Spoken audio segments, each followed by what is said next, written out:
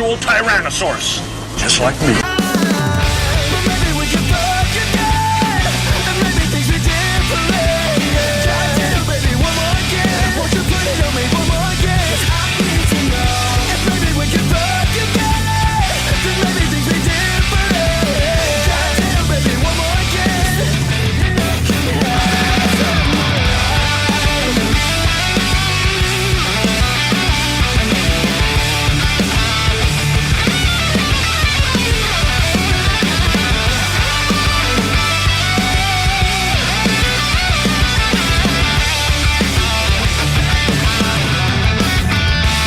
From Las Vegas. Welcome F1 week. Welcome back, guys, to Access Vegas. We're happy to spread misinformation about the Manosphere all day long. Hell yeah. That's what we're here for. Get ready. First off, guys, if you're listening on watching on TikTok and a clip starts off with, this is what those red pill guys say that really annoys me. We're those guys. You're listening to a grifter. Just so I want to let you guys know that's essentially what's happening. Guys, so we're going to go ahead and get this thing started. A couple of things. Yes, F1 is here, so we're very happy that you ladies were able to join us because the city has been basically cut in half. Yes. At the strip. There's no way to cross the fucking strip right now. Our city and its infinite wisdom decided to pay F1 $400 million in order to basically destroy Escape the strip. from New York. This is maximum security prison, skirted by like F1 tracks. Yes, for sure. And just like in F1 fashion, it started raining right when the track came open with the $15 million cars. Here we go, guys. I'm going to go ahead and introduce our guest for today. Coming to us from Phoenix, she's a celebrity makeup artist. It is Danielle. It's our first time on the show. Welcome, Danielle. Hi, guys. There you go. And then also, she's from Scottsdale, Arizona. She's an OF model, a video vixen, Miss Allie Spoon. Hey, guys. What's going on? Nice. We have, she is a project manager from Sunnyvale, California. She works in tech. It is Alexa. Alexa, congratulations. Hi. We're going to call Alexa W2 because she actually has a real job. That's awesome. We don't get a whole lot of those. She is from Las Vegas. She's a fitness model. She's a star child, and she's a pro bodybuilder. It is Sydney Taylor. There she is, Sydney. There she is. All right. And then also, she's from Vegas. She's an actress, comedian, a cannabis content creator. Welcome back, Natty Nugs. Hey, Natty. What's going on? She lives in Vegas. She's a paralegal, and she's a DJ. It's Hillary. What's going on, Hill? I'm doing great. All right, nice. And finally, she is from New Jersey. She's a vocalist, songwriter, and she has her own record label. It's Vicious Wolf. Nice. All right. Glad to everybody here. Good. I knew you all the pleasantries before the misinformation comes. Here comes the misinformation. Anything you want to start off with before I start tearing into them? I wanted to say thanks to all the people that we have done podcasts with last week. We did a whirlwind tour of Miami. I have to break this down. I did my show on Sunday. Then we did the Fresh and Fit on Monday. No, we did. You did Fresh. We didn't do anything on Monday. We did my show on Monday. Your show on Monday. It was you, me, and Sterling on my show on Monday. Show on Monday. Then on Tuesday, we did Danza Project. Danza Project. By the way, Danza Project treated us very, very well. I love those guys. Definitely want to go back. And that was I think the highlight of the show. I don't know what it was about that studio, but like we just lit up. It was great. I've had a lot of people say that was probably one of the best interviews. I was going to say done. It was very comfortable. They asked good questions. We had a really good conversation. That's the positive, like really good shit that like I think the Manosphere and the Red Pill really can do. Yeah. Then of course we had Myron and Fresh on Wednesday. We did After Hours, and then I did couples counseling. Yes, and while we were doing couples counseling, John Zerko was downstairs at the same time screaming at HS Tiki Taki and got arrested, or he got detained when that happened. That was on Wednesday. More to come. What happened on Thursday? And by the way, if you're going to use that as a reaction video, just know that you will get a copyright strike for that. Yeah. Or you'll get a 18 and over strike because it's technically violence. Yeah. Don't want the kids to see that. The kids that are rebroadcasting it anyways. Yeah. And then Thursday we did Adam Sosnick's show. We did Saucecast, and we had we had Maya Allegra, we had Tiffany, we had Amy Dangerfield was there, and Sterling Cooper. And Sterling, open invitation. Anytime you guys want to come back, please. Hey, Sterling, you're a slut. Just want to let you know. Yeah, you are. Yeah. Is he retired? He's retired. He's a retired porn star. I call him a slut because he calls me a slut. How dare he call me a slut? Yes. You're whatever, Sterling. Anytime you want to come back, you know where to find us. And then Friday we did After Hour show, and we did What else did we do? We had an early show that we did. Sterling and you and me. Yeah, and then we did the after-hour show. We did the after-hour show. And then right before that happened, that's when Zerka found HS Tiki Taki and got into a fight with him and fell down twice, got hit in the head several times. Yes. And that went incredibly viral. So viral that Aiden Ross was on his live stream after it happened saying, I just got a text from Drake. Drake, who said that now his new favorite streamer is HS Tiki Taki. And I don't know if you just saw, he was in London and just went on Grills. Zerka has made him fucking world famous. That is one of the craziest things ever. I will tell you, there's no allegory to what we saw that week. So for those of you who don't know, you guys have seen streamers. They're video game streamers. These kids make outrageous amounts of money. They're on Twitch. They usually get kicked off Twitch eventually once they have political opinions. Or they're on Twitch. They're on Kick. They're on Rumble. These different platforms. The thing is, in New York, they would live all over Manhattan. In Los Angeles, they would live all over LA, Beverly Hills, different places. In Las Vegas, there's all the high rises, but they're around the strip or somebody live in a house. But in Miami, they all live in Brickell and they all live in two buildings, meaning they all live in the SLS or they live in Panorama Tower. And like, so the street between those two is just filled with fucking streamers walking up and down the street ready to fight each other. There are fucking fights and they film it and it is the craziest thing. The fucking SSB boys got in a fight with Heel Mike right after the whole thing happened with HS Tiki Taki. And it was like, and so me and Myron and Fresh and him were like walking around downstairs and I'm like, and these guys were staring at us. Oh, do you remember this? When we were at Chipotle. We were at Chipotle. And I'm like, but the thing is, like, for those of you who don't know, Myron's a former federal officer. He's always armed. And so, like, and Fresh was looking at me like, if we get in a fight here, Myron is just going to shoot them. Like that's I don't want this. Like, can you imagine if we went up to go do after hours after Myron just shot someone? So I'm like, we're having tacos and he's looking at me. He goes, "We got to get out of here. We got to get out of here." I'm like, why? He's like, those guys are looking. We walk out, dude. We walked out, and I swear everyone was staring at us. Like, just imagine right there on Brickell Boulevard, and because they expected like some continuation of the fight or something like that. They were looking. They were just cruising up. Was it Miami Boulevard? They were just cruising Brickell Bay or something, waiting for something to happen. And then we come out of Chipotle. And there are like two or three people that comes up and say, "Hey, can we interview you?" Yeah, everyone's carrying SLRs and they have like audio equipment and they're just doing interviews. Like it's like here's what's going to happen: every streamer in the country is going to move to Brickell, and then they're all going to try to get in fights with people like online just to go become famous. It's escalation. It's so crazy. There's nothing. It would be like if every podcaster in Vegas all lived in Panorama Towers. That would be like the only way that you could have something like that. Those towers are like Twitch stream dormitories. It's crazy. Right now. Yeah. Anyway, so unbelievable. We had a really good time. Yeah, we saw HS Tiki Taki maybe 40 minutes after the fight. He was just sitting there in the valet, and we saw him there. And I was texting Zerka, like, come out of the. We thought he had left the country, bro. We had left the country at that point. But that was a pretty wild situation. Just spent an entire week in Miami and to do all that. Yeah. Did you have any topics you want to go over? I just wanted to go around the table and get a little bit more information on some people because we got some topics that are coming up that I got to kind of do a little bit of probing here. So, highest level of education. We already know you, right? Where are you at? Undergrad. Bachelor's of Science in Business and Management. And I have 2 bachelors. What do you do? Yeah, I really? do marketing and criminal justice. Marketing and criminal justice. Good combo. Childhood development and marketing and... Oh, wait a second. I saw something online about how we deliberately pick women. Am I that transparent? that are so dumb and go on these shows and say stupid stuff. Like we were deliberately choosing that. I saw that on the internet. I know a guy said that about these shows that's what we were picking for. Sorry about your master's degree. Keep going. Who else? Your dual degrees. Keep going. Vicious Wolf. I literally went to college for 1 year, and then I was like, I want to be an artist. Mm-hmm. And you did. And you have your own record label as a result of that, too. So, Hillary? I have an associate's in paralegal and a degree in criminal justice and a minor in business. There it is. Nice. Natty Nugs. I didn't finish college, but I went to a trade school. Mm-hmm. Nice. Sydney?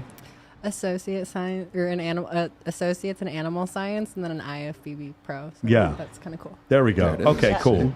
So I would say that these are some educated young ladies. Oh, better watch out, bro. Hold on, more of our misinformation. Better watch out for the misinformation. Misinformation show today, guys. I'm telling you, go on TikTok and you'll see these guys. These come off and they're academics. Like, to be fair, like these guys are actually PhD candidates, and I commend them for that because they're in evolutionary psychology, which I think needs more qualified people. But they're trying to make a name by saying, I don't like what those red pill guys are doing, and they don't understand that. Like, for instance, I'll give you an example. If he's watching killing, and I'm sure he isn't, but Mac and Murphy is killing it on TikTok. Congratulations, by the way.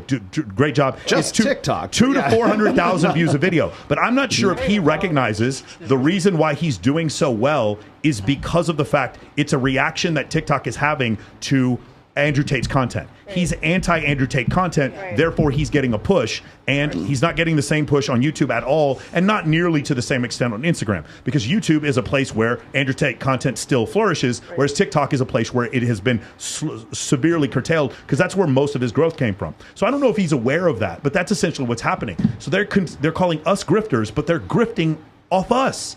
We're not making reaction. You know what those fucking academics said, they kind of pissed me off. We're not making videos off them. So that's a completely opposite thing.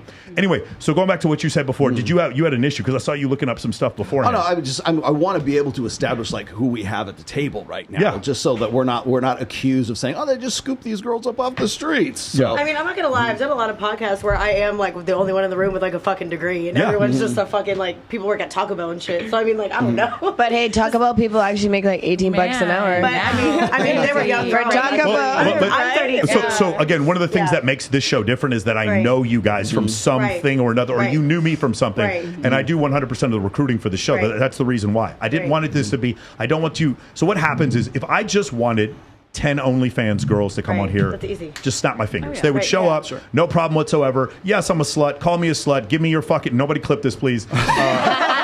And just make sure, give me your money, subscribe to my OF, yada yada yada. That's what would happen. It would not be a problem. But that's not. But essentially, what I want, I've always tried to get master's degrees. I don't know if any of you are married. Any of you married? Yeah, that was the next. No, definitely not. So we try to get girls. It's a little harder. Most times, married girls are not going to come on the show at 8 p.m. on a Thursday. But like a lot of times, that's something that'll happen, because I want to get a better distribution so we can hear from you. But when we hear from you, do you want to know the answers that you guys give? The same answers as on those other shows. It's true. The same answers. I've had 3 Miss Nevadas on here. The same answers. Just want to point that out while I'm spreading more of my misinformation. I just like to point that out real quick. All right. Next question. Are you in a relationship? Oh, I'm single. Single. I'm in multiple relationships. Okay, so it's very complicated. She's the Jason Kidd of relationships. Single. But I feel like there was a but. Does he know you're single? He knows I'm single, but he's single tonight. It would never happen. We're on a break. I have a boyfriend. Yeah, well, I think I remember that from last time. And single. Yes, you are. Okay. And ready to Yes, you are. You look single. She's very sad single. and alone. Yes, the terminology is very. Well, listen, our single. job this week, we're going to find Sydney a good man. I'm sorry, we just have I'm back in town, so I can take out. We have to do this. The thing is, like, guys, Sydney has a lot of great qualities. One of them is, if you were kidnapped by a bunch of people and like held underground in a basement, Sydney would come rescue you. Like, I don't deny that at all. Like, if it had to be somebody, it would be her. She would come pick you up and she'd pick you up in her arms and then carry you out of the bitch. Cookies after too. And bake cookies afterwards. This is a good woman. For all the trauma. I was going to be my roommate originally. I was going to move here and we are going to get a place together, me and Sid. Really? But you'd be very, very safe. I know. And okay, here she comes. Vicious. What was the question? No, she's in I'm pretty sure you have your boyfriend's here, right? So you're in a relationship, correct? No, that was her boyfriend. Did you have a relationship? Are you in a relationship? No comment. Okay, got it. Very nice. How long have you been no comment? Just kidding. She pleads the fifth. All right. There it is. Okay, so the reason I'm asking is I'm trying to get, like, the thing is, like, when people watch this show, they presume that our lineup is always, it's like those Fresh and Fit shows. Yeah. No, not at all. So just so everybody's clear, because I don't think enough people really realize that if we don't clarify this from the beginning, everybody will just make assumptions. Right, they're going to say stuff. They'll just make presumptions and stuff like that. So, especially women. All right, last question. How old are you? I already know you're 27. 27. 32. 32. 40. 40. Damn, great. I just turned 34. 34. 30. 30. 29. 29. I'll be 28 next week. See, there we go. Hey. Are you Sag? I am. So okay. So we can comfortably say that these women fit within a demographic that is not the 18 to 28. Well, I mean 28 demographic, sort of. You're just on the tail end of it, though. So the reason I'm asking this is just again we're establishing. Can we just point this out? All the news media curtailing or critiquing these shows, you're insulting the women.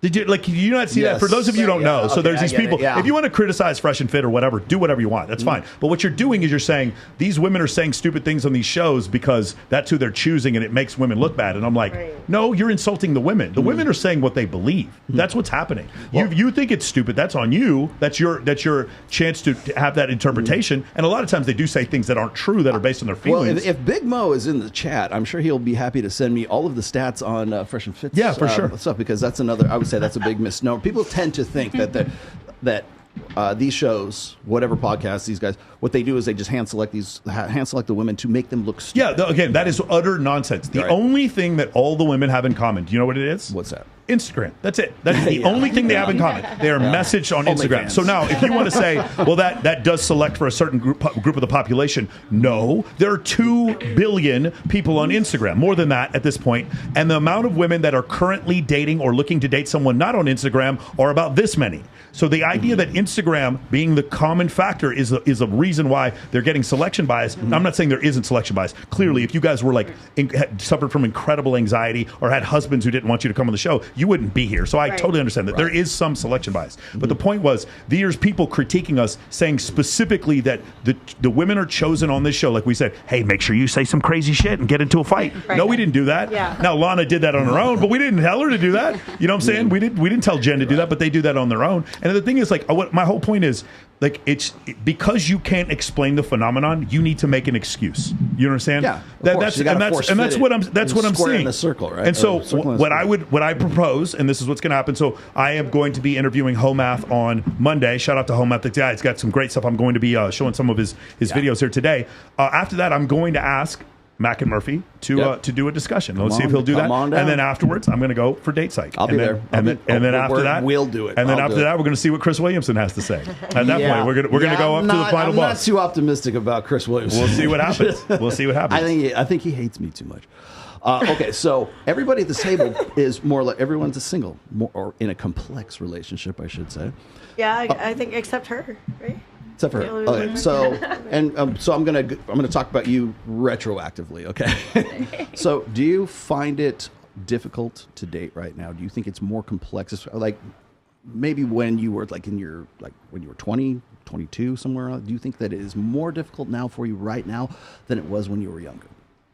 And what is it about, like, say, the dating market? Like, what is it about your primary difficulty in it right now? Yeah, so I'm a serial monogamous. So this is you are. Yeah, right. so this is the first time I've been single. All right. This is the first time I've been single in 7 years. Mm-hmm. So I am very committed kind of girl. I like being in a relationship, but I won't settle just for anyone. I don't need someone in that sense. But I think right now it's a little difficult because people are either in between of they either just want to hook up, or if you say that you want to get married and you want to settle down, it kind of scares people away also. So it's like all or nothing. It's all or nothing for two most extremes, people. Exactly. Right? And so I think right now, I think the big part of it is also social media and how everything is integrated in that sense. Do I expect to meet someone organically? Probably not. It's just do you? Okay, so you were just out of a relationship? Is that what you're saying? Yeah, about 2 months ago. And how long did that last? On and off for about 3 years. 3 years. Okay. Yeah. Do you use Tinder, Hinge, Bumble? I do. You do. Yes. Okay. And is that your rough. primary way of meeting new guys?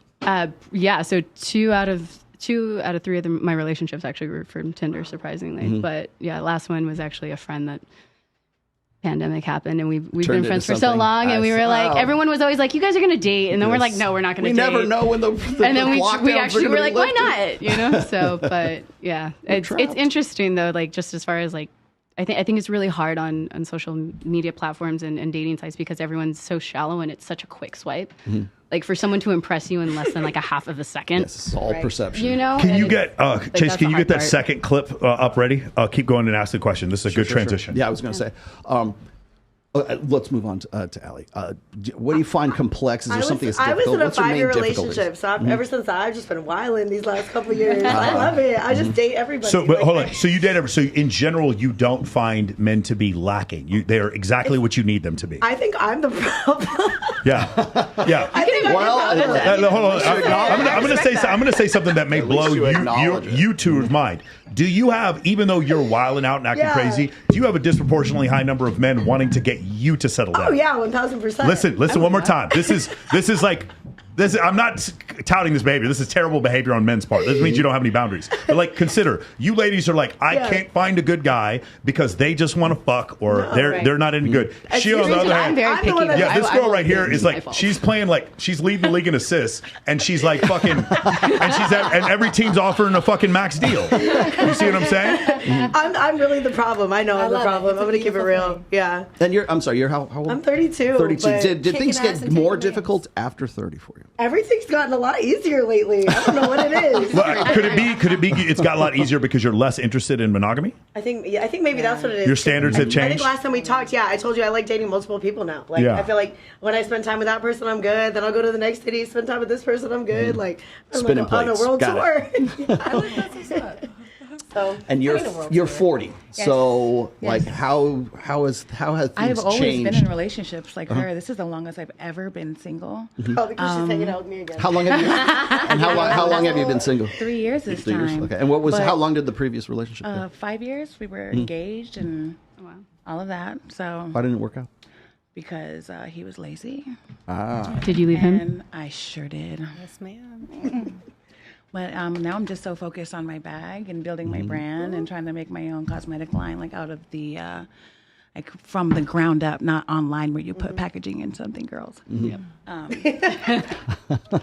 So I've just been really focused. Like not really trying to. I didn't ask either one. Do you use Tinder, Hinge, Bumble? Do you use any of the dating apps? I've never used any of that because everyone. Okay, so like on OnlyFans with your OnlyFans manager, they make you profiles of Bumble. You have to like they send Bumble profiles in. That's how they build a lot of your like your OnlyFans. And by the way, that completely violates the terms of service on Bumble. Just so you know. And women do it. One more time, let me say this: for those of you who are watching this, if you are men, there are 6 times as many men as women on Tinder, Bumble, and Hinge. If you see attractive women, one of 3 things is happening: outright prostitution, OnlyFans, or a girl with a severe mental disorder like bipolar, borderline personality disorder, narcissism, or sociopathy. Those are you are dealing with someone who just got divorced with 4 kids or something to that effect. Attractive women. Just think about this. You have to think about like motivations and have empathy for other people. Attractive women do not need dating apps for short-term hookups. So the idea that they would even be on there, 98% of Ashley Madison was men do. Women are not going on Ashley Madison to go cheat. Men were going on there to go cheat. Yeah, this might be a little loud. Okay.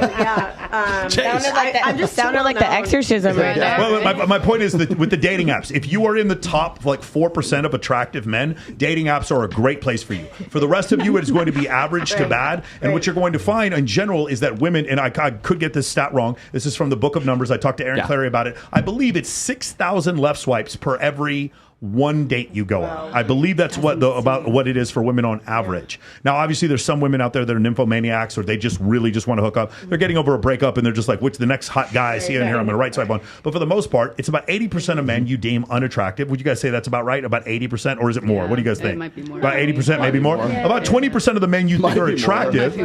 About 20% of the men you might consider to be attractive. But only 4.5% of men you would say are attractive enough to where you'd message them first. Does that sound about right? Take the initiative. You might take the initiative. Those 4.5. If you're part of that 4.5% of men, you get to compete in you get to participate in what's called short-term dating. Yes, short-term dating. If you're not, if you're in the bottom third, you don't get to compete. You don't get to be a part of short-term dating. But guess what? According to Mack and Murphy, there's good news because then you get to be a part of long-term dating after your girl is done with her short-term dating. That's good news, though. Welcome. That's good news. Be excited about that. Awesome. So, I'm just too well known. So like, if people saw me on there, and they're gonna be like, "What the heck?" Like, people are gonna be like, "Allie, what the hell are you doing?" How do you meet guys? I mean, a lot of the times with mutual friends, the nightclubs, concerts. I work with a lot of rappers and stuff, so usually that. Do you use Instagram to check out guys to see if they're like cool enough for you to hang out? I mean, I get a lot of DMs and stuff and a lot of bookings through Instagram, so I feel like sometimes if I meet somebody from Instagram through work something and then I meet them in person and then we'll hit it off or something. I feel like you do that with everybody these days. Yeah, meet somebody. It's like Instagram makes everything accessible. It's like a little background check, right? Yeah. Do you meet guys like in person or like up, or do you use? I cannot do apps? the internet dating. I can't. Like, I need to meet you in person. I'm a very like personable person. I like to conversate. I have to like meet you in person to know if I really like you. Are you going like to clubs? Or are you going out socially? She pulls me out the house all the time. I can't even stay home. So you guys kind of tag team. We've been friends for like 13 years. Let me tell you something, guys. Allie, I'm already telling you right now. Allie would be a really good wing girl. I have no doubt. No, I'm telling you, for a guy. Yes, that's me too. For a guy, I can tell because here's the thing. I have a feeling that if I went to Scottsdale, there's no VIP I couldn't just walk into because I was with Allie. Right. Allie is the Moose Johnson to my Emmitt Smith. Yes. She will open the hole for me to get, like, that girl is fucking hot, and Allie be like, well, grab me by the hand and take me up into the VIP. Yes. Am I right? Yes. I can pick out the Allie. Or she'll bring them to you and then give you and then bring you multiple. Bring you multiple. Like, do you want to choose? Before you get on this chat and start talking shit, I'm telling you, no offense, I probably wouldn't marry the Allies, but I might. Allie, Right? definitely Allie would be my fullback for sure. Allie would be my left tackle. I can tell you right there. Okay? My homeboys are always like, we never fucked so many girls who hung out with Allie. Yeah, for sure. Allie seems like a great co-host. You know what I'm saying? Now I got to ask Miss Vicious. Miss Vicious. I love that name. And I love those glasses too. Thank you. So you're single. Do you use Tinder, Bumble, Hinge, or do you meet? I mean, you're a musician, so you would probably be out and I do not live all the time. use those things. Okay. I don't like them. Is it just because you I just don't like? think it's quality. Yeah. You think it's like? I just think it's like people looking for like a fast fuck, and like I'm not interested. Right. Are you looking for something different? Are you looking for like a long-term relationship? Well, yeah, like, if I give my energy to someone, like, I want them to honor it, Mm-hmm. So and you have it's to meet them in person to do that. Yeah. No, I feel like I want something organic and real, How? So where do you meet guys? I mean, to Mainly. be honest, like in real life situations, going out, networking, house parties, events. Do you have friends that hook you up, or do you like just meet them because you're a musician, right? Yeah. And so I don't know how often you play out. I'm a musician too, so I Nice. kind of can relate. But is that where you primarily like meet people, or is it through some other way? I mean, to be honest, the person that I'm talking to, we met randomly at a Halloween party. And I was not music related, but it was a natural, just the universe made it happen. So Venus. That's what I always say. Venus aligned. I always say the universe made it happen. Yes. Right. Yes. The stars aligned. That's what happened. Exactly. Yes. The barometric pressure in the room was perfect. Did you approach him or did he approach you? He approached me. I was totally not looking for anything. And I always feel like when you're not looking for something, That's when when it comes. Especially When you're not like, trying. Yeah. You let especially- yourself find him, Yeah, or he especially finds you. getting out of like an engagement and like, Oh, really? Is that your background? Says that's what you're getting out of? Were you in a relationship prior to this? Like, well, I mean, we broke up like almost 2 years ago, but he's my business partner. Oh, so you're So that's yeah, tough. and So- we live together still. Really? So Yeah. how does that work? out? We live in different rooms, but like That's the same house. That's the same roof. Yes. So what if you bring over a guy? Do you guys fucking or on the same? Well, I don't bring anyone over. He doesn't bring anyone over. But also, like, he was my friend before, and like, I want him to be happy. People deserve to be happy. So like, So you went I back to honor being that. friends after 2 years? I mean, at the end of the day, like, I just care about people, and I just feel like people should be happy. I feel like you like. I feel like you like animals too, dude. Yes, I bet you do. I knew it. I knew it. No, she's definitely like, you know, the Healing Man. Have you guys ever seen the Healing Man on YouTube? No. And he does all those like healing things. Just listening to her talk is like, I know. just listening to her talk is like, if she were to say, take a deep breath in and hold it, I think all of us would. I know. I feel like you missed your calling. You should be doing like ASMR. No, you say bango ASMR. No, I swear it's the Healing Man. You guys all should check that out. There you go. I don't know. All right, so she goes, you know what I mean. So are you specifically looking for a guy like maybe this guy that you met? Are you specifically looking for something that's long term? Yes. Yes. Yes. Have you in the past looked for guys in the short term, like when you were younger? No. No, you've always been long term oriented. Yeah, I grew up with my parents. Like they were married. They were together from 14 years old until my dad passed away when I was 21. So like my condolences. Thank you. But just seeing like, you know, true love from like such a young age, and like no matter what, you stick together and like you have one another's back. So like I just really honor that.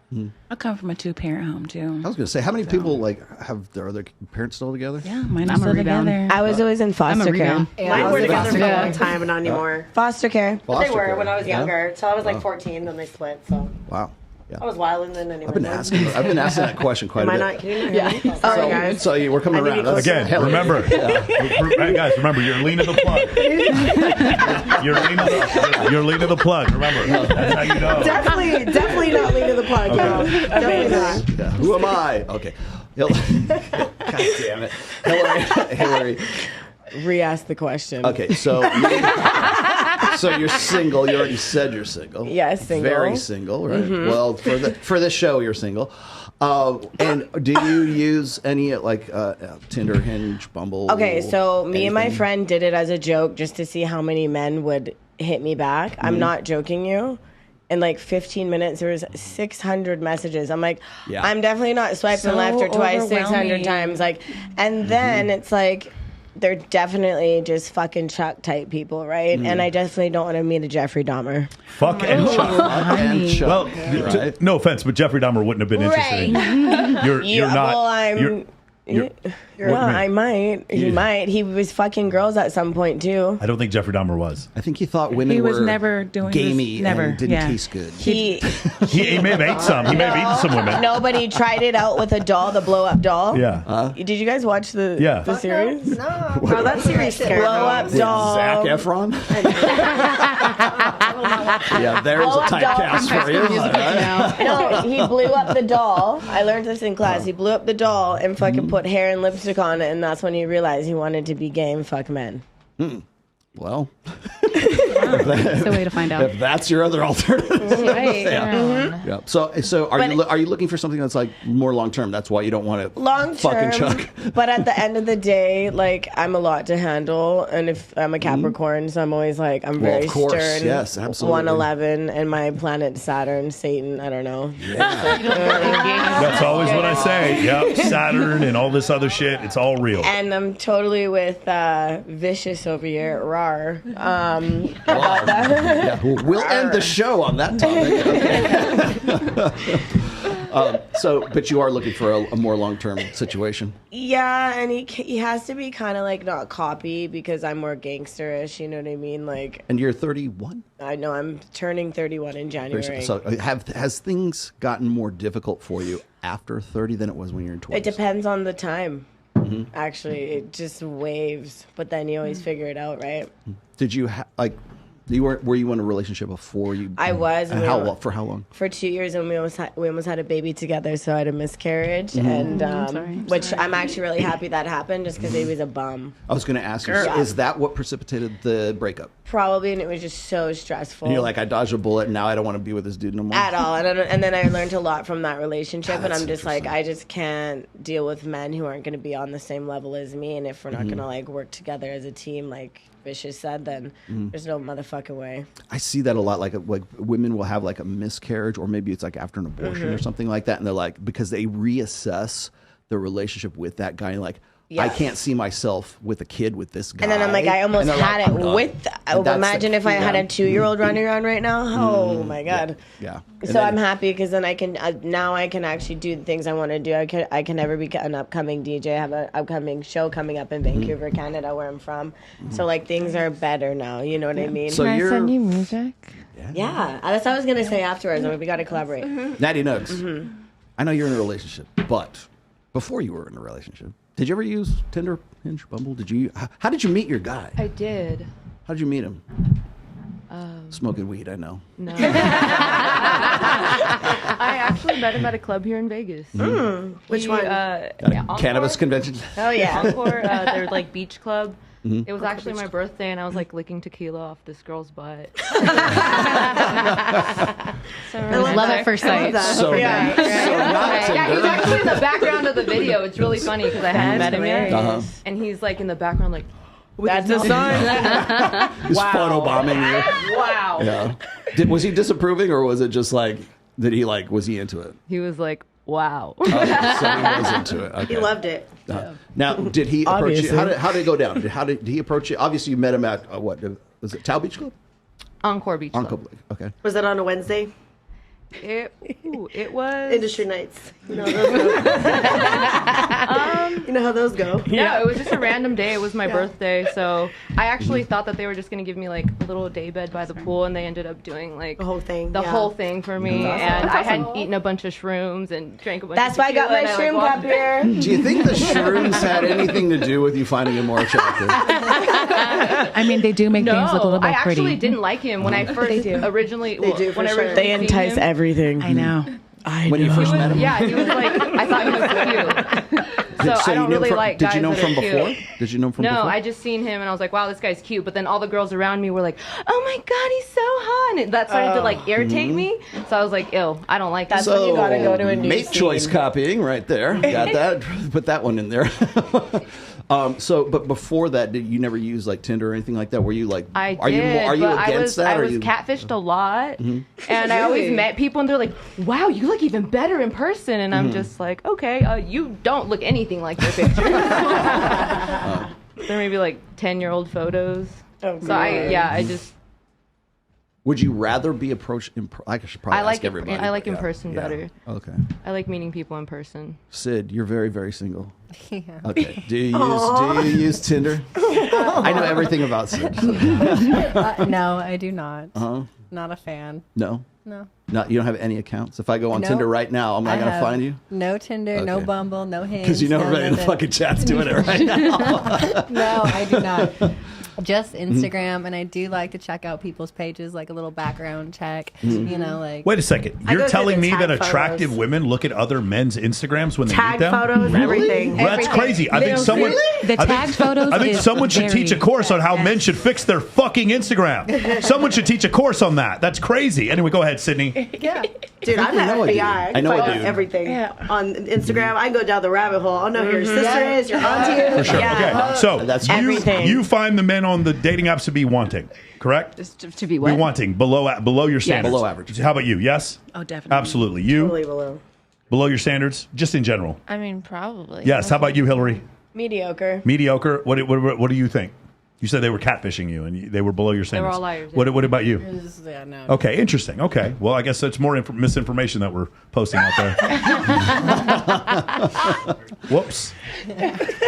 So I'm going to ask another thing. Okay, so I think we already covered the Instagram side of things. So, but do you use Instagram to like do background checks on the guy to see if the like guy's Allie cool just said, you enough? got to go to the tagged photos. I even Bro, the download tag the photos app. for real. I recommend that for all my male friends. Like, oh, you like her? For go sure. through her tag. No, and then if you make sure she takes off every filter. The whole facts. if you get their number too and everything, you can go on Bin Verified and pay for it for like 50 cents. And you can look up their name, address, everything. Alexa. So I'm sounds gonna scary. admit something here.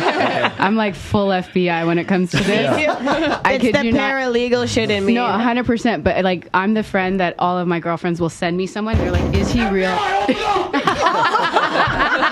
But I kid you not, and I actually was talking to my boss about this the other day. I was like, oh, I look back, I do background checks on everybody and everything. I do the free version though. I'm too cheap to go through it.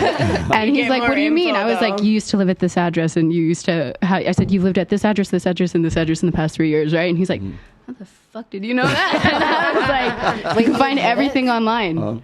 I actually had a friend one time. She sent me a screenshot of someone's Tinder profile, and she's like, hey, he was saying he was inviting her to Vegas for the weekend, and she's like, should I go, should I not, is it crazy? And I said, yes, it's crazy. You don't know if he's real, first of all, and second of all, I was like, just give me his info. And in like 2 minutes, I found he had like a criminal record, and he actually abused women. And she was like, "You can look that up on." She still went. So what was Vegas like? I was about to make a joke. I was about to make a joke that she went. I was about to make that joke, but I can't because she actually went to Vegas with the criminal. I was so mad. She went. Stop spreading your misinformation. Abristophilia is not real. Figure it out when I get there. Know what criminals. That's what I was literally about to make the joke, but she went to Vegas anyway. But no, I didn't have to make the joke because she went to Vegas. Of course she went. You guys. So here's the thing. I have a lot of female friends, and I try to act like a brother. You know, it's like, hey, if you want, just hit me up beforehand. I'll see who he follows. Blah blah blah. Whatever, and I'll let you know. I never tell him don't go out with the guy. I just tell him like this guy is probably gonna fuck you a couple times and then not talk to you again. But like you're gonna fuck him. That's great advice, though. But you're gonna do it anyways. But you're gonna fuck him. It's the truth. But you're gonna fuck him anyway. So like, it's no point. I'm just telling you what to expect. I'm gonna start calling you Mike You for should, my Vegas please. hoe facts. 100%. I didn't know I could do I'll that. I'll give you guys the hoe facts for sure. The issue is though, like I will say, ladies, don't take this the wrong way. I am a performance coach, and I've helped a few women and a lot of men. And do you want to know which of the two genders listens to direct like instructions and improvement more? Women. No, absolutely not. No, absolutely men. If you go to self-help conference, if I go see Tony Robbins or if I go to see Grant Cardone, it's 99% what in there? It's not women. It's men. See, I listen to my guy friends more than my girlfriends. Same. Me too, and I have more guy friends than I do girlfriends because they're dramatic as fuck. I'm gonna listen to him. I'm gonna listen to him first. Yes, well, my point is you'll listen, but you're still gonna fuck the dude anyway. That's my point. Well, no, that's not true. So if I told you, I was like, hey man, just to let you know, he's probably, he's got a wife and kids, and he's probably going to, just hit it and quit it. You'd still go out with him. I don't go for men with kids. That's just another. No, but you wouldn't know unless I told you. What if he's wearing a wedding ring? Huh? What if he wears a wedding ring? Then he'd be the only guy in Vegas wearing a wedding ring. That's No, but some men. Guys, ready? Real quick. The percentage of men on Tinder that are married. Real quick. Say it out loud. What do you think? 98%. 98%? Is that really true? What percent? What percent? I don't know. I would guess like 35. 30. What do you think? 80. 80. 60. I wouldn't accept like 75. 75? Yeah. 100. It's 30%. 30% of men on Tinder are married. You would know because you're on Tinder. We're all guessing like, we I'm don't like, even okay, know. not to be rude, but I could tell like half of these men are definitely not married. Not to be rude. Oh, no, go ahead and be rude. What do they care? You can see on the Let me tell you profile. something. Well, that's the thing, though, because I'm not on it, so I don't know. Listen, Alexa, if there's one thing you can get away with on the internet, it's bashing men. You can do that all day long. You will get do it on TikTok, bro. You will fucking 500,000 views a video. Just bash men, bro. It's the new trick. The red pill or men? Wow. Yeah. Or both at the same time. Yeah. Yes. So, do you use Instagram to do FBI background Oh, checks? 1000%. I'm in the tag photos. I'm down the rabbit hole. And Facebook, too. Facebook a lot. Because Facebook, you go on like because Facebook will really tell you. Find out where their family is. That's how you know. That's how you know. You're not friends. You're not friends on Facebook. And then you with can your go into sister? Ancestry.com. I don't know if I like that. Oh, you didn't. You're not tagging your friend with your 23. mom. Get their DNA sample. Get some 23andMe going on. That's what I'm talking Why didn't you like your about. mom's post? Oh, you don't like your mom's post? If they're on Facebook, Oh, you they're weren't definitely there married. for Mother's Day? I don't know if I like this man. That's so funny. You didn't like your mom's post? I've even gone on What kind of type, son are you? phone numbers like on Venmo and shit, and like to see like who they put money to and stuff. All right. My God. So you are definitely using it to 1000%. Okay, now are you using it also to say like, okay, does he become more or less attractive according to like the photos that he has curated on his Instagram? Now, not just do I feel safe with this guy? I feel like, is he cool enough? I feel to like hang out with? anybody I deal with is somebody of status usually. So it's like an athlete or a rapper or someone like known. So I don't really I feel like It just depends their vibe. Once I get with them, there's a million rappers I've been with, and I'm like, oh, I fucking hate this guy after. So it's like, I don't know. But does it? It's add, always someone of status. Does it add or subtract? Like, does it have the effect of adding or subtracting to your attraction to the guy? I mean, it depends what's on there. If I see a bunch of tag photos with a bunch of girls on the other thing, I'm probably not going to fuck with them.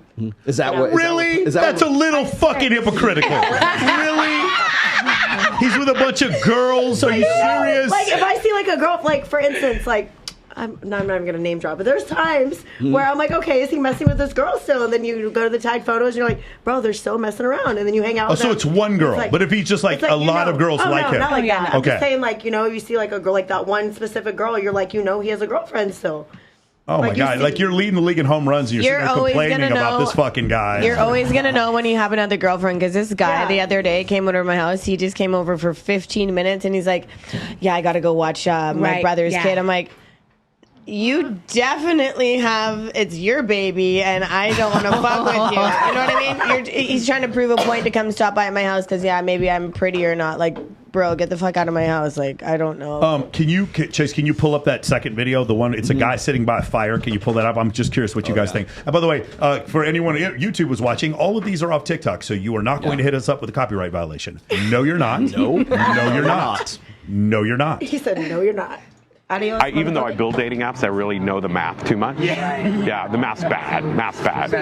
Except for the ones we build. I'm just kidding. Math's bad, period. The math is more about gender roles and stuff like that. That's what the problem is. Men swipe 50% of the time. Women swipe 5% of the time. Yeah. It's a false reality for women. It's guys are just like whatever. Yeah. It's a totally two different worlds they're living in. And so the app's made on both sides for the same person. But it doesn't work. Do men obviously spend much less time on a profile than a woman? Oh yeah. We look at picture. We choose differently. We go, she looks good. I think I can stand her. She goes, he's amazing. I really enjoy him. He looks all right. So totally two different worlds. Only 10% of men are attractive on pictures to a woman at all. Period. At all. Like 6 feet tall, you got to be 6 feet tall. That's 15% of all people. Yeah. So like the numbers are just massively messed up. Yeah. You get the data and I just go crazy on it. I'm like, this does not work, people. All right, so there we go, ladies. So just out of curiosity, the percentage, like you said before, give it up. The percentage of men over the age, the percentage of men over 6 feet tall. What do you think it is in the population? Just say it out loud. I won't go through all of you. What do you think? Like 14%. 14.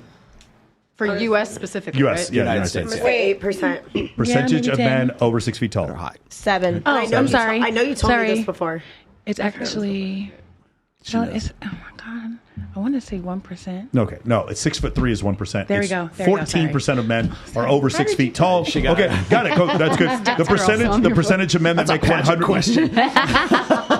The percentage of men that make $100,000 a year. I remember this one. You told me. Just throw out a number. It was 17%. 17. What do you think?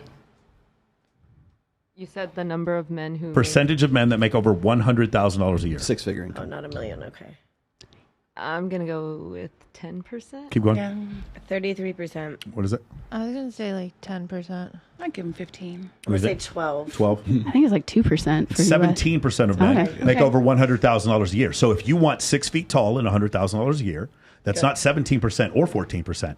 It's 17% times 14%, which is 2.3%. And we are not controlling for if they're married, if they're obese, or if they're good looking. And we're not controlling for their age at all. Right. If you do that, we'll just skip it because we've done the delusional calculator several times. Right. You're going to find that when they aren't married, when they aren't obese, and when they're in the 35 to 45-year-old range that you're looking for, you're going to find that these men make up 0.02% of the population, and we still have it controlled for physical attractiveness. Isn't that fun? That sounds so fun, isn't it? And then we go on these dating apps. Toxic. Right, but here's the other thing. What does the dating app show you? The dating app shows you the utter and complete opposite. The dating app shows you numerous men who are 6 feet tall who make six figures that left swipe, left swipe, left swipe, left swipe, left swipe.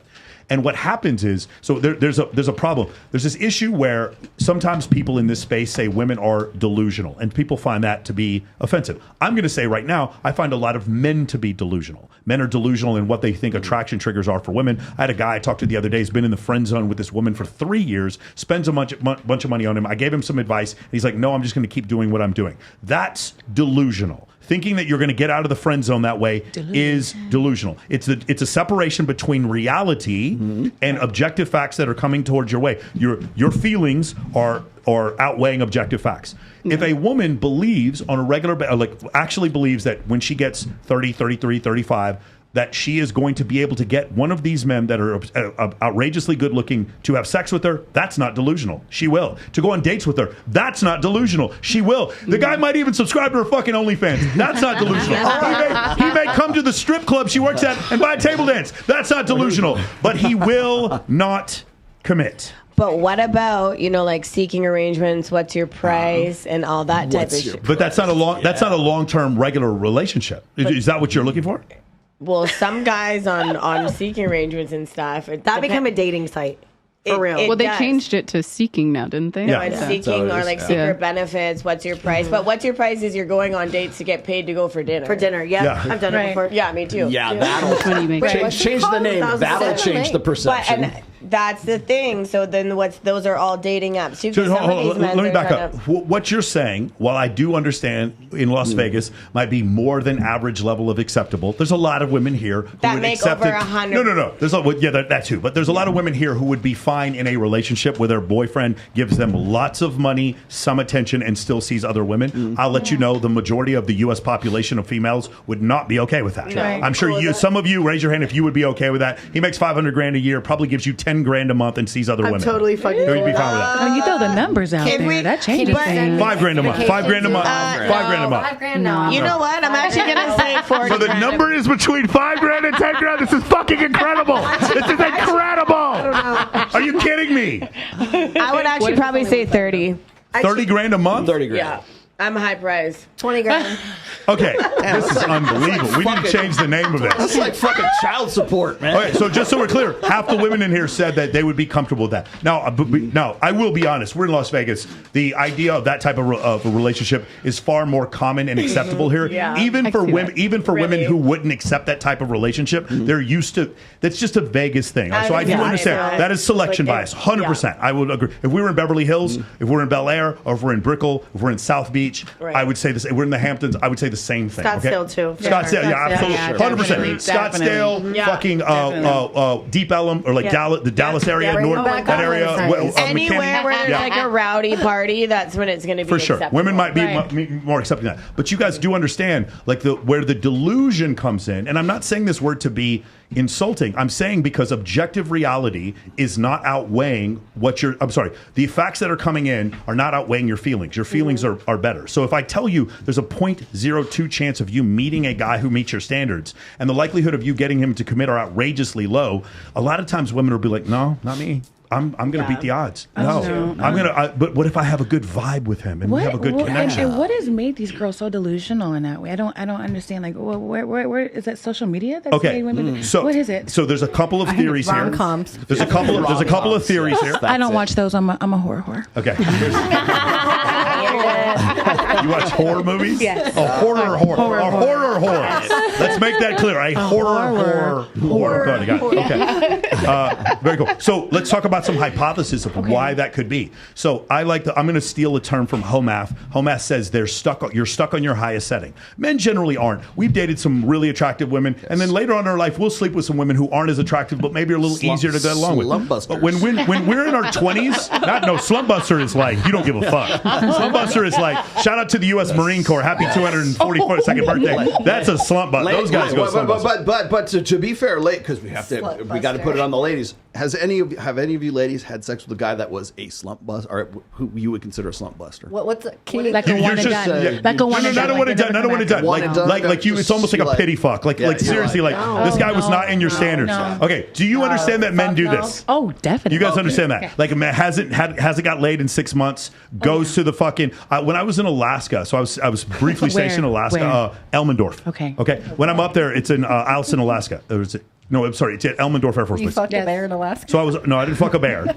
It was cold enough to where, you know that thing in Star Wars where they cut the thing open and they sleeps inside? I was about to do it. It's 40 degrees below zero out there. So I'm up there with doing a mission, like a joint mission with the U.S. Air Force. And while we're up there, I would go to the bars. And of course, and you guys know in Alaska, there's disproportionately more men than women. Yes. And I would just like the women would go there. And that's North. The women would go there and they had their pick of men. And we're talking BMIs that were outrageous. These women were morbidly obese. And it was crazy. And like literally men were just lining up to be, because there were just no women around. That's essentially what happened. I lived in Anchorage for a while. Okay, Anchorage. But Anchorage is different. Anchorage is a beautiful place with terrific weather. Anchorage is actually way better. Anchorage is compared to fucking Isleston or no. No, seriously, Anchorage, no. Anchorage is more, Oh my Anchorage God. is closer to Vancouver, right? Yes. So anyway, so just going back to what we said. So if women are stuck on their highest setting, then anytime somebody fucks a rapper,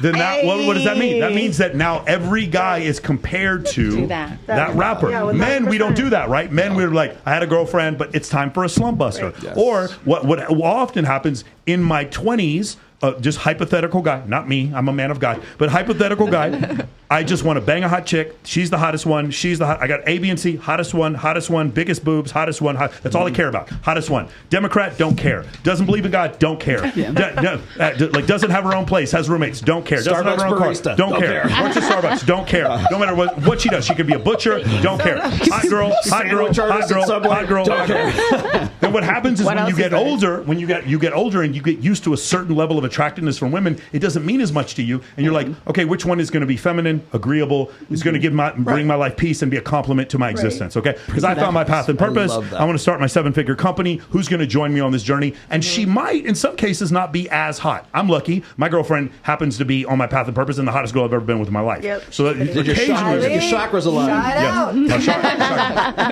All right, so that's the thing, right? So occasionally you will get that, but most time you won't. So for men, we'll go up and down. Women, they'll get stuck on their highest setting. Again, this is just a hypothesis. And the thought is, especially in the short-term mating market, is that women are constantly exposed. We just saw a guy talking about it for dating apps, but it's also the same thing for Instagram. Mm-hmm. You're constantly exposed to the idea that you have way more options with men than you actually do. It's all about perceptions. Because a lot of times, especially when you're emotional, which you might argue correctly that women can be a little bit more emotional than men. Definitely. You may be more understanding of your short-term needs versus your long-term needs. And in the short term, what you'll see is man in my DMs, 1,000 messages in my DMs a month, dick pics, people from all over the world sending me messages. Nobody clip that, please. I hate dick pics. And then I will send them to your mother, find out all your hoes. Gosh, me I will too. Screenshot that shit and send it to every single one. Dick pics never. Okay. Never. Right.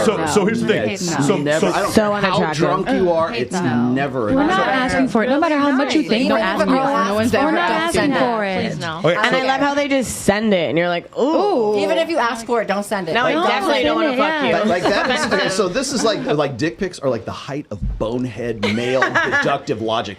If I show her my dick, I'd be asking for then it. she'll Where be did they into get it. that logic? Hold on, wait a second. Myra, hold on, wait a second. What? Let him get to Hold on, the point. Rollo. Did you just call out men? Oh my God! Wait a second. I thought that we don't do that on this show. Oh, more misinformation. Rollo called out men. Yes, we call out men all the time. Oh, yeah. Okay, There we are being too easy on the girl. By the way, with the dick pic thing, you know where that comes from. When non-contextual photographs of women who are attractive, when you send them to men or women, they're like, oh, those are nice boobs. Very few people get photos of attractive women and are offended. Even if it's like, oh, sorry, I didn't mean to send you that. No one's like, oh, that hot girl with a tiny waist is gross. No one thinks that. Even heterosexual women are like, oh, that's gross. No one thinks that's gross. So what happens is, what men have is what Dr. Buss would call an over-perception bias and an under-perception bias. Women, like, they can send nudes to pretty much anybody. They can send nudes to their doctor. They can send, it doesn't offend anyone, right? Send nudes men, now. so it's like, so men, what they think is they start. I don't send nudes. What men will do is be like, since she can send me non-contextual photos of her genitalia, and I don't find it attractive, I should be able to do the same thing to her. Because men are generally a little bit less empathetic than women are. That's the reason why they do it. That's where the misperception bias comes from. You can imagine the caveman would probably waggle his dick in front of girls or whatever, and it may have worked or something. It was just a function. You know what I want to wonder? Like, how did cavemen start to like shave their hair? Probably sometime during the Sumerians, they had figured out what a razor was. I'm guessing. I don't know. The Egyptians. Like sharpen the wood. Like, all right, we got to bring probably when metallurgy or brass. Let's see if I can bring this home. Okay, so ladies, would you date a guy that is shorter than you? No. Would you be, that's the story of my life. Would you be attracted to a guy who is, like, say, an inch shorter than you? Yeah. You'd be attracted. I mean, I'm taller than everybody in this room. So. Well, yeah. You know, How tall are you? So how, I'm 6'1". See, tall Amazon. girls Love have to. They kind of have to go. You know what? Yeah. There ain't too many guys that are tall. There's me, not. so I'm literally in like the 1% of my height. Yeah. So. Oh no, you're 6'1". You're way below 1%. Oh shit. Yeah, you're really? You're way below 1%. Yeah. So, ladies, but would you be interested? Would you be aroused by, attracted to a guy who is shorter than you? I'm 5'2", so hell no. No. Okay. Typically no, but I have in the past. You have in the past, like because random, but then I always ask myself, I'm like, am I attracted to this person, or are they the best option around right now? And if that's usually the thing that'll stop it. I was like, okay. So it's a grocery shop. I feel like you just have to be able to look at me in the eyes. That's I like heels. I like 6-inch heels. So I mean, that's there. It is. A tower okay, over so here we the go. I'm gonna. This is another misinformation that's thrown out there. Rob Henderson. Tall men were perceived as more socially attractive, better adjusted, more masculine, and as having a greater professional status when compared with short men, but not with men of average height. Shortness is more of a liability than tallness is an asset. Now, here's the best part. And how they broke this down, I don't know, but okay. So this is my favorite data set on height. A man who is 5'6" tall needs to earn an additional $175,000 per year to be as desirable as a man who is about 6 feet tall. 4 inches of height equals $175,000. So you think an inch is about $42,500, somewhere around there? Then what if you're a midget? Then the one like they break this down by height, by the way. I still so can't I can be get with someone I don't find attractive. a 6'2", a 6'2" man. What do you think the percentage of 6'2" men are in the world? Because we had 6 foot. It's between 10 and 7%, somewhere around there. Somewhere around there. Okay, so a 6'2" man can earn $30,000 less than a 6 foot man, and will be viewed as equally desirable. Yeah. So if we're looking at money, if we're looking at assets and affluence to attraction levels, they're putting in dollars and cents on this. Do you know what doesn't cost $175,000? What's that? Those fucking lifts that you can buy, those Balenciaga lifts. You know what I'm talking about? Break They make you like 3 or 4 inches taller. Oh my God. Have you seen the guy who spent $100,000 to grow 6 inches? Several people have done that. That's actually not uncommon. Yeah. It's crazy. So for those you don't know, you can take injections. What is it called? It's the growth hormone, and then but HGH isn't going to work once your growth plates are done. It's not going to change your plates. It grew me an inch. Actually, I used to be 5'3". I'm 5'4" now. Well, what we're talking about is that'll break your femur and actually extend you like 2 or 3 inches, and then they let it grow back. You have to learn how to walk and everything. If you're a guy, and you are so the average height. Okay, do you guys know what the average height of the American male is right now? I think it's 5'8". 5'8". That's still too short. It's actually 5'6". 5'10". 5'9". 5'9". 5'9". We were all close, but yes, like Tom Cruise is 5'9" or 5'8", something like that. Shorter than that. But they always look taller, like in videos and stuff, because like Lil Wayne's like shorter than I am, and I'm 5'4". The fact that you thought he was tall anyway is crazy. Well, it's called camera angle. If they can make full-grown men look like hobbits in the Lord of the Rings, we can do that. It's not a trick. It's my precious Smeagol. If you are 5 foot, if you guys are 5 foot tall, it is $317,000 to look as well or to be as attractive as a 6 foot. But you know what's weird with like the guys who I always attract? They're always like an inch taller. And then even when I was working at the Emmons, a bottle service girl, everyone would be like, Hillary, why the fuck do you always go for short men? I'm like, I don't know why. Oh, you like short guys? I do. Oh, shit, I don't know, okay. but they have to be tatted. Okay. Do you think? Yes. Do you Like think the short little stocky ones? Yeah, like the She's like, you're short, but you got to be able to pick me up. Right. No, but they have to be like a couple inches taller because like I don't really wear heels unless I have to. Okay, hypothetical situation here. Now, you're getting married to a guy. He is exactly the same height as you. Okay, would you be happier with satisfied? You think you would have more stability in your marriage, whatever, if the guy was an inch taller than you or is exactly the same height as you? Inch taller. Inch taller. Inch taller. Yeah, that's a silly question. That way you can wear a heel or half So an you inch would- heel. Yeah, right. So- The old lady heels. Exactly. You got to be able to look up into your eyes. I need and, a foot taller. You know, like for sure. swoon Well, you, like- oddly enough, Mr. Captain Sartain, there's a data set for this as well. Okay, a greater height difference in couples was positively related to the wife's happiness. This relationship, Like bar rescue? This relationship dissipated after 18 years of duration. If you were married for 18 years, the long period of dissipation indicates a powerful impact of male height on female psychology. Guys, you should look up. I'm not going to go over the whole thing now, but look up. Women have more orgasms because of a man's shoulder to waist ratio. Wait, The more broad his shoulders are, that women report having more orgasms. So just like on bar rescue, when it's a certain bar level, that's when you buy more drinks. I'm going back to Rolodex. Like on, like on bar rescue, like how if you're at a bar this is and on bar rescue, it's just the same thing. When you're on bar rescue, Yeah. he learns how. Like if you're at a certain bar and the table is not as high enough, then you Right. won't buy more drinks or not. Right. So is it kind of Right. like that? Really? Yeah. I don't know what that is for bar rescue, but it sounds right. It is. Chase, can you play the fourth clip that I gave you? Because actually, That's crazy. it's a pretty good transition. Basically, going back to Danielle's question that she had just a little while ago, and we're gonna credit my man Homath once again. This is on TikTok. You will not be copyright striking me. This is on TikTok. You will see this one with the scratch paper going on? Yes, that's the one. You got it. The fourth one. So, guys, listen to this. Ready? It is a tool for bringing balance go back to the beginning? dating Can market. you go grab on the the- standard and female pull it all the delusion way to chart the end? is Let's grab it. this is the standard female delusion chart. It is a tool for bringing balance back to the dating market. The standard female delusion chart is replacing the old chart because there was some confusion. Here's how the chart works. We all know that only a few people are very dumb, most people are average, and a few people are very smart. This creates a shape called a bell curve. It works the same way with other traits like height and attractiveness. Most people are average. I received a lot of constructive feedback about the old chart. I was told that men and women match up evenly, but that's only true in long-term relationships. So this is how a woman would see men that she knows, maybe 25 men at most. The other 4 billion men, however, she would see like this. As you can see, most of us are disgusting. And if you are a male 3 or below, you're this cute little ghost. So, generally speaking, men rate women on a bell curve, and women rate men on a Jezebel curve. And of course, it's true that some men underrate women, but other men overrate women, and they are people, so it balances out. On the other hand, women rate men they do not know as 80% garbage.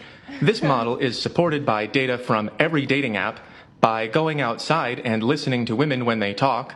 It depends on what he looks like, probably. Based on someone's personality, you could really hit it off with someone, but attractiveness is a big player of it. But that sounded very shallow. And by being attractive. If you are a man who has moved past this line, you'll know what I mean. The standard female delusion chart can help keep women out of the sleeper zone, where they languish in emotional neglect, waiting for commitment that was never coming. It works by correcting ludicrous female perceptions, like this. Let's go through the chart piece by piece. You can pause on each one to let them sink in. This is how men see women. Normal. This is how women see men. Brutal. This is how women see themselves. Delusional. And this is how women rate other women publicly, everyone's a 10, and privately. Yeah. I'll go into more detail in an upcoming video on YouTube. For now, feel free to take a screenshot and use the chart yourself. Just make sure to credit me or I will sue. I'm also creating a comprehensive rating system to help everyone know their level. Once you know your score, just use this equalized chart to find your match. So, assuming standard female delusion, a female 6 matches with a male she sees as 3.8, a female 8 matches with a male she sees as 6.5, and a female 2 probably has hobbies, or an adorable fur baby. The standard female delusion chart can go a long way towards correcting female ridiculousness, but only if you're honest. If the standard female delusion chart makes you mad, stay mad forever. It's great for the algorithm. I'll be back soon with instructions for giving a fair rating. Until This then, sounds like good the luck. Spanish dude. Awesome, man. Thank you so much, Chase. Appreciate that. Awesome. Analysis. Do you guys, do you ladies have any comments when you see that? Do you see anything? Basically describing a little bit more analytically what I tried to describe to Danielle. Do you guys have any feelings on that? I just told you, like, most of you guys think most men are trash on these dating apps, right? Yeah. Well, that's the thing. And I already told you a man over 6 feet tall and a man who makes $100,000 a year is like 2.3% of men. So do you see where he's coming from? Are you talking about $100,000 a year legally or illegally? Illegally, whatever. Okay, I'm just asking. I feel like a lot of that was true. Yeah. Especially when he ended with the women complimenting women. Like, it doesn't even matter. She can have one chip She is an toenail, angel and we're still going to be like, perfect. how I'm human dare garbage. you say that she looks crazy? Yeah. You know, She is perfect. We don't even know but I'm her, garbage. and we're still going to be like, don't ever garbage. talk about her. You know, that's definitely. I do feel like most of that was very, very much true. Yeah, but what did you think? I agree with the female delusional part. I think it's interesting though, because it's like, okay, so wait, should we go into the dating world being like, okay, if I think I'm this, should I look for this? No. As a What set of you like should- back it no, down. what you It's should like, do- if you're what- a 6, you're looking for a Hold on. 3. That female. Like, wait a minute. That female attraction thing is real with short-term dating. Okay. Okay, it's real. Like legitimately, if I can you see are a that. girl who's like a 4 or a 3, you can fuck a lot of good-looking men. Oh, for sure. You guys all know that. But can you get them to commit? Again, one more time. Ready? When they gave Patrick Mahomes 10 years, $500 million contract, he was 22 years old. Oh, right. Okay? When Aaron Rodgers signed with the Jets at 39, they gave him a 1-year contract. You guys see the difference? Yes. Right. They didn't want to commit. Yeah. So the answer is, it's not can you get on an NFL roster? You can. The question is, can you get the stay there? long-term deal? Yeah. Can you get the max contract? That's the question. Again, before you see some of these guys getting max deals, and then Kyrie Irving goes to the Mavericks, and they don't give him a max deal because he believes the fucking earth is flat. And that's essentially what happens. Okay? It's true. That's true. So that's what happened. He doesn't recognize that that's part of the problem. You're laughing because you know it's true. He actually does think the earth is flat. I know. Right? All right. So that's the issue you guys have to understand. It's like it's not about what job you can get. It's about what job you can keep. Which I agree. And so I that's agree where with that. that's where the term. Do you guys understand? So it's not unfair to say delusional because it is delusional. That's the problem. And that's the reason. It's not that women believing that they can get these men is delusional because that's not delusional. It's that they can keep them. 100%. That's the issue. I agree with that. And the stats bear that out. And so what that causes is this massive mismatch of women who are getting, no offense, ran through by extremely good-looking or high-status guys over and over again, thinking that they're going to get these guys to settle down. Yeah. And then later on, there's a group of men like waiting until these women turn 30, 33 for their chance at their long-term dating opportunity after this whole situation has happened. But what do we know about situations when people have high body counts? Are they better in a marriage or are they worse in a marriage? What do you guys think? Worse. They have a less likelihood to pair bond. So here's the question Well, I'm going to I've got a ask you. stat for that. Couples who met online were 6 times more likely to get divorced in the first 3 years of their marriage than those who met in college or through family or friends. Romantic love may need to adapt to technology rather than the other way around. So I'm going to ask you ladies a question. There was a survey done with 7,000 women. And yes, for those who've been watching me all week, this is the 4th time I'm bringing that up. If you've been watching me down Fresh Fit, then you're going to know the answer. The average number, first off, do you think body count matters as far as your ability to pair bond? Do you think it does? so. Anyone who Yeah, doesn't no. think it. That's fine. If you goes don't off think it my does, list raise your now. hand. Raise your hand. You don't think it does? I don't think it does. You don't think it does? I You don't think it don't. does? I'm like- You don't think it does? Awesome. Okay. I mean, so- there's limits. There's Okay, limits. so here's what should happen. There's a survey of 7,000 women who are married, and what should happen is, if what you're saying is true, and what you're saying is true, and what you're saying is true, the number of average sexual partners for a woman who did cheat should be the same number of sexual partners for a woman who didn't cheat. That's what should happen because you guys said body count doesn't matter. I cheat back, I okay? said it matters. Not that I cheat. Oh, you but said I it does cheat back. matter. Okay, cool. So what I'm going to ask you for, guys, Can I change my answer? the average body count, the average body count for a woman before she gets married, for a woman who doesn't cheat. How many people do you think she slept with? Go ahead. She's like, why you ask me? A woman who doesn't cheat, what's her Who's never average cheated? What do you think her body average body count is before she got married? We're not talking about any of you. Just say a number. I would under 10. Under 10, what do you think? Yes, we're not convicting you. We're not incriminating you. Probably at 10. 10, what do you think? 13. 13, what do you think? Like between 5 and 8. Between 5 and 8. She doesn't cheat. What do I'm you think? definitely going with the 10. 10? I'm going to say 10 to 15. 10, what do you think? 7. Okay. The average number of sexual partners for a woman who claims she does cheat or she has cheated, what do you think that number is? Repeat the question. The average number, so they surveyed 7,000 women. The women who admitted to have cheated, what is their average number of sexual partners? They did cheat. Not the women who didn't cheat, you said it was 10. The women who did cheat, what do you think it is? Do you think it's also 10? Do you think it's higher or lower? What do you think? 15 plus. 15. What do you think? 25. 25? 7. 7. Probably like 20 to 30. 20? Yeah, I'm gonna All go with right, 20. all right. 30 to 40. 30 to 40. What do you think? I say 15. 15. Yeah. Okay, so the average number of sexual partners for a woman who didn't cheat was 3. That's it? 3.8, somewhere around that area. The average number of sexual partners for a woman who did cheat was 8.9, which means that the likelihood that the women who did cheat had 230% of the sexual partners of the women who didn't. I'm fucking terrible then. Holy shit. That's nasty. Which means it is nasty, right? Which means, by the way, for men, Make it nasty. by the way, and for those guys who are going to come, the academics are going to come after me. Yes, does it affect men? It absolutely does. If men have more sexual partners, it does affect them. But you don't see the same disparity. Like you don't. And also the reason why Men like the 4.5%ers, like Jason Momoa, yeah, the reason Justin Waller, God knows who else. The reason why male Love you, cheating Justin. statistics don't work is because often men want to cheat and can't. Do you guys all you understand? So, like, for instance, there's this thing called the sociosexual group of men and women. Sociosexual are men who sleep with a lot of women, and sociosexual women would be women who sleep with a lot of men. Women who sleep with a lot of men sleep with them because they can. And they want to. I was gonna say, I think they want to. Yes. Because they want to. They sleep with a lot of women because they sleep with a lot of men because they want to. Men who sleep with a lot of women sleep with a lot of women because they can, and there's a group of men below them who wishes they could sleep with a lot of women, but they can't. This is why sociosexual, and I'm going to have this debate with them, sociosexual should not be the same thing for men and women because they're two completely different groups. And this is also why cheating numbers for men aren't really valid to me, because there's so many men who live and they're the assistant manager at a Chick-fil-A in Des Moines and have no possibility of cheating. Iowa. Okay? So that's the reason why I would say that Not these to numbers are mention they different. haven't even had sex that year. Yeah, exactly. Right. And they may, by the way, there's another thing. People have this miscalibration. They start believing that because people are married, they're having sex. Often, men who are married are the ones not having any sex. Crazy. Okay? It is absolutely That's madness. wild to me. Okay? I got stats for that too. Go It could ahead. never be me. That's wild. I got stats for that too. Does every woman say that? Like that? I would never be that wife. I would never be that I way. would Like, not. I'm like with the trench coat. Like, Right. So I hear those numbers and I look at all the So women. if you and it's weren't like- attracted to them, you saying you'd leave?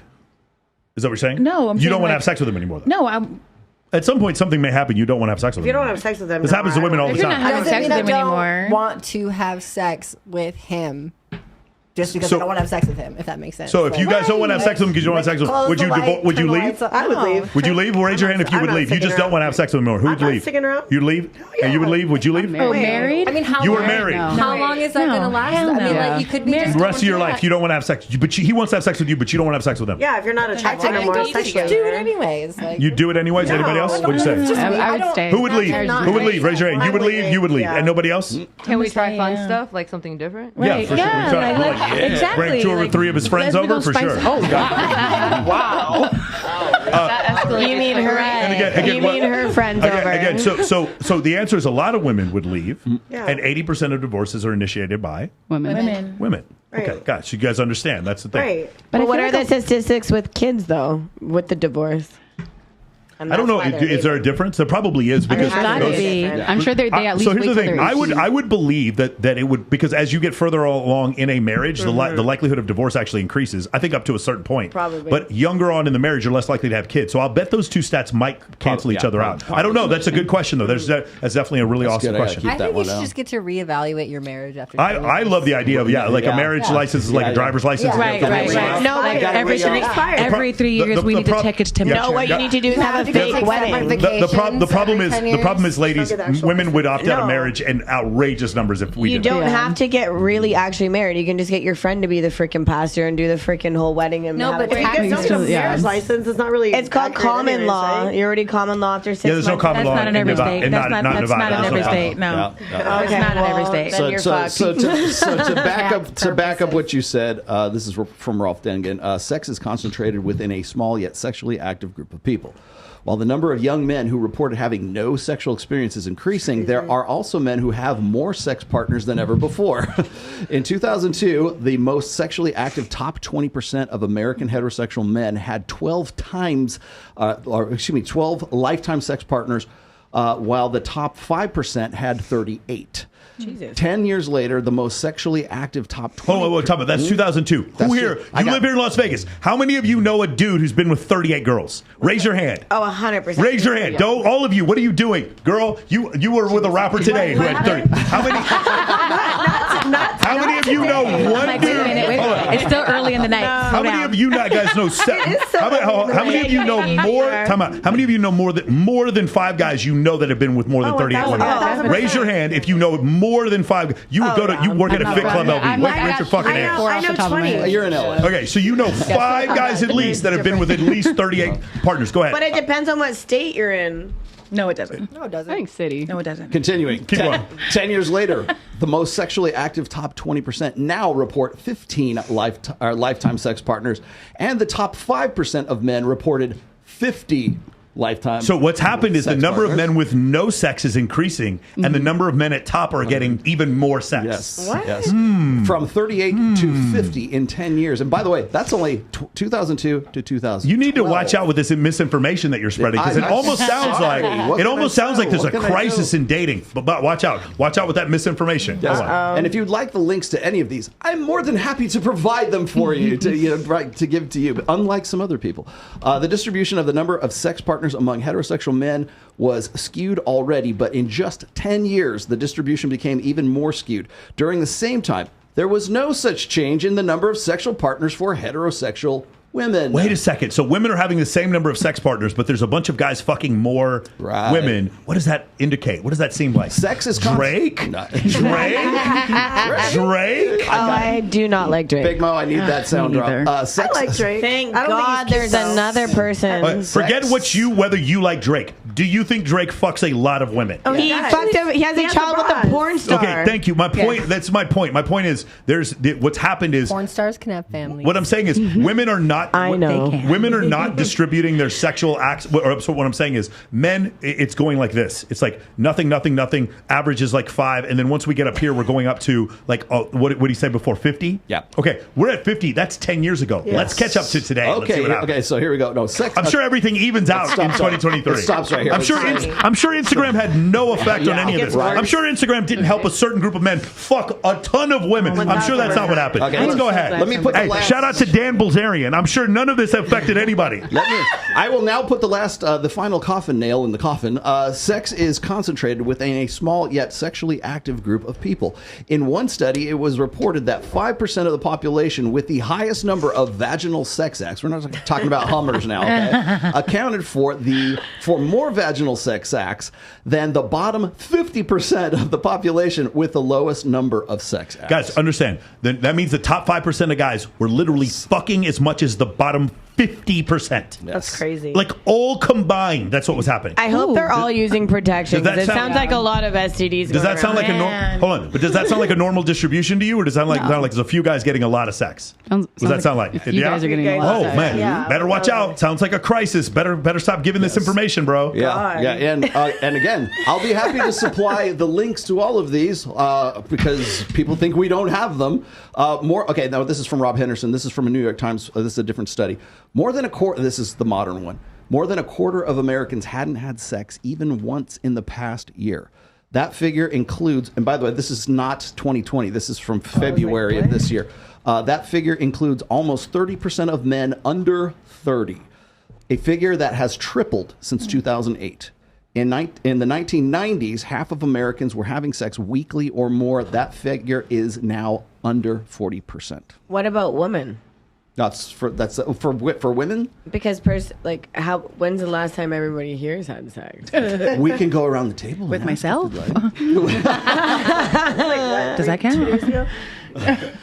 Did you get paid for it? That's what. Then it counts. As soon as Cindy left my apartment last night, the millisecond Cindy left my apartment last night. magically sex happened. I don't know what happened. I said, bye, guys, and they ran away. Okay. Oh, this is a really good one. Okay, lady, I'm going to ask you guys. You're looking at my stats. I'm about to ask you something. You know the answer. You're disqualified. Yeah. All right, ladies, men between the ages of 18 and 20. What's the percentage do you think are virgins between 18 and 20 right now this year? Percentage. Not a lot. Percentage. Like probably more than there has been ever. They're probably just 50%. fucking pussies. Percentage of men who are virgins. Is it 18 to 20 or 18 to 30? 18 to 20. 18 to 20. Those 2 years right there. I would say, like 70%. 70? You think are virgins? I would say Yeah. 50. 50. Probably, because I was listening to Date Psych talk about this, and it was like, it goes 18, 19, 20, you're in the 50th percentile, and then by the time you get to 29, 30, you're like at 5 or 8%. You're saying now, like Yes. now. Today. Yeah, I would say like 40, 50%. And by the way, the guys who argue with us, we're not disagreeing that like as you get older, you're less likely to be a virgin. That's not the point. The point is we're comparing it to previous decades, and there is an epidemic that's happening, and the epidemic does. We're going to correlate this with something even better. But it coincides with the advent of social media and the cell phone, specifically the iPhone. Oh, I got one better though. So the 50% of men 18 to 20 are virgins right now. 50. So half of them are virgins by 18. Okay. Yeah. All right. So if your sexual prime is 18 to 22 as a guy, if that's your actual sexual market value peak, you guys got to get them numbers up, man. Those are fucking rookie numbers, man. Get that shit up. But see, that's what I mean when we're talking about guys who are older, who have matured into their peak potential years. Okay, this is another. I've got this on the list here. This is another, I think, misnomer. Ladies, I'm going to ask you this right now: are you more attracted to guys who are older than you or younger than you? Definitely Older. And okay, so let me add a little more detail to this. We're all like older. I don't know. Sometimes younger. Okay, I'm not gonna lie. okay, so your age range that is older. How many years older, and like what's the max, and what's like what's the I don't like. Sorry, hold on, Alexa. What's the max? My ex is 12 years older than me. Okay. Yeah. Could you go more than that? Could you go 15 years? If they look young, if they take care of themselves, maybe. You could, if they take care of themselves. I would say once we hit 40, we'll probably say no. Okay. Well, I appreciate that. Thanks so much. So that would have put him like right around 38? Is that somewhere around there? Cool. Yeah. Whatever. I can still bench press more than your boyfriend. Go ahead.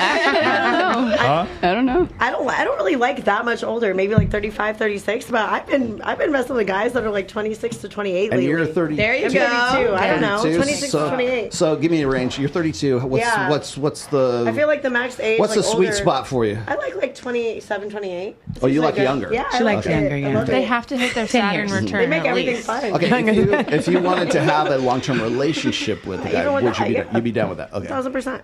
She's crazy. 10 years at least. I need at least 10 years older than me. And you're 40, so you need a 50-year-old guy. I need a seasoned salt and pepper. There you go. They fight less. Yes. Yeah. When you get the life insurance contract, you can put the pillow over the head, and they don't fight as much.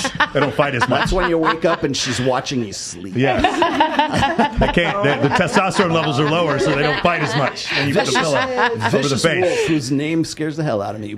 What's the oldest? Are you more into older guys, or what's the oldest? What's your age range? I mean, to be honest, I feel like I'm definitely more attracted to an older man because it's like feels more secure and protected.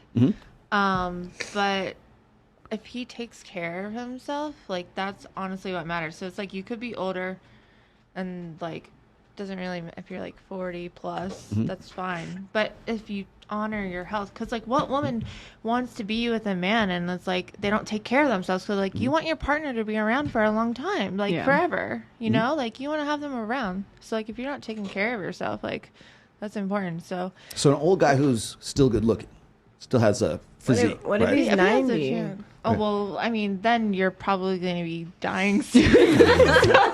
There needs to be two areas where like he's older, but like and she's younger, but it crosses to where they can both like enjoy their marriage together and the kids. So if he's 90, then that doesn't work, right? Definitely not. Right. Okay. What do you think? What's the oldest? What's the oldest you could do?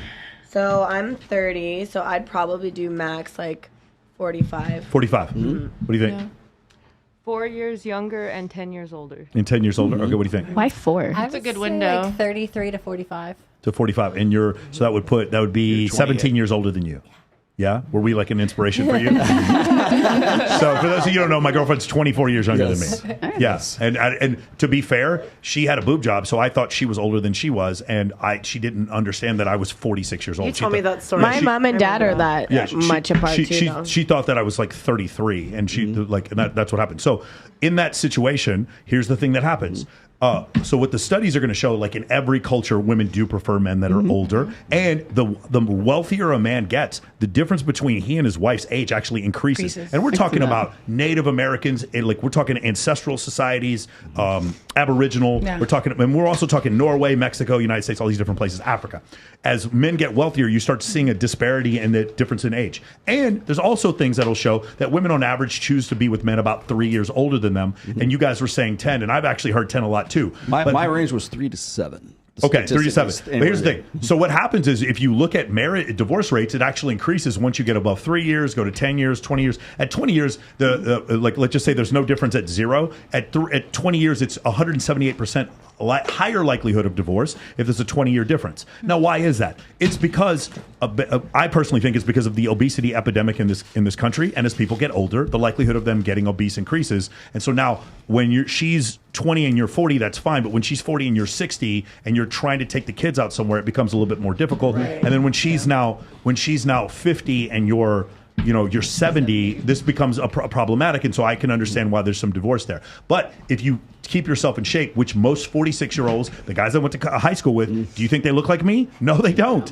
They don't. And I love them, but they don't. They did not maintain the same. No one in my graduating class looks like me. Yeah, so that's the thing. So I do understand, like, when we get too much older, where those numbers come from. However, I will say that if you guys had a guy who was in really good shape and he was 50s, and the guy made like $500,000 a year, and he was like, and he wanted to take care of you, would you care that much if you were physically attracted to him? And I feel like also too, like nowadays, a lot of people take care of themselves. Like we're not like looking like. I think a small group of people. I think a small group of people take exceptionally good care of themselves, and the number of people who are obese is increasing at a rate similar to the rate of men who are virgins going into their mid-20s and 30s. Well, I mean, like I look. Obesity is a massive problem. Yes. I could also look younger or older depending on like how much makeup you wear as well too. For sure. Right? Mm-hmm. Like, or depending on how much like work you get done or whatever the case may be. But I feel like a lot of the girls nowadays look like 10 times.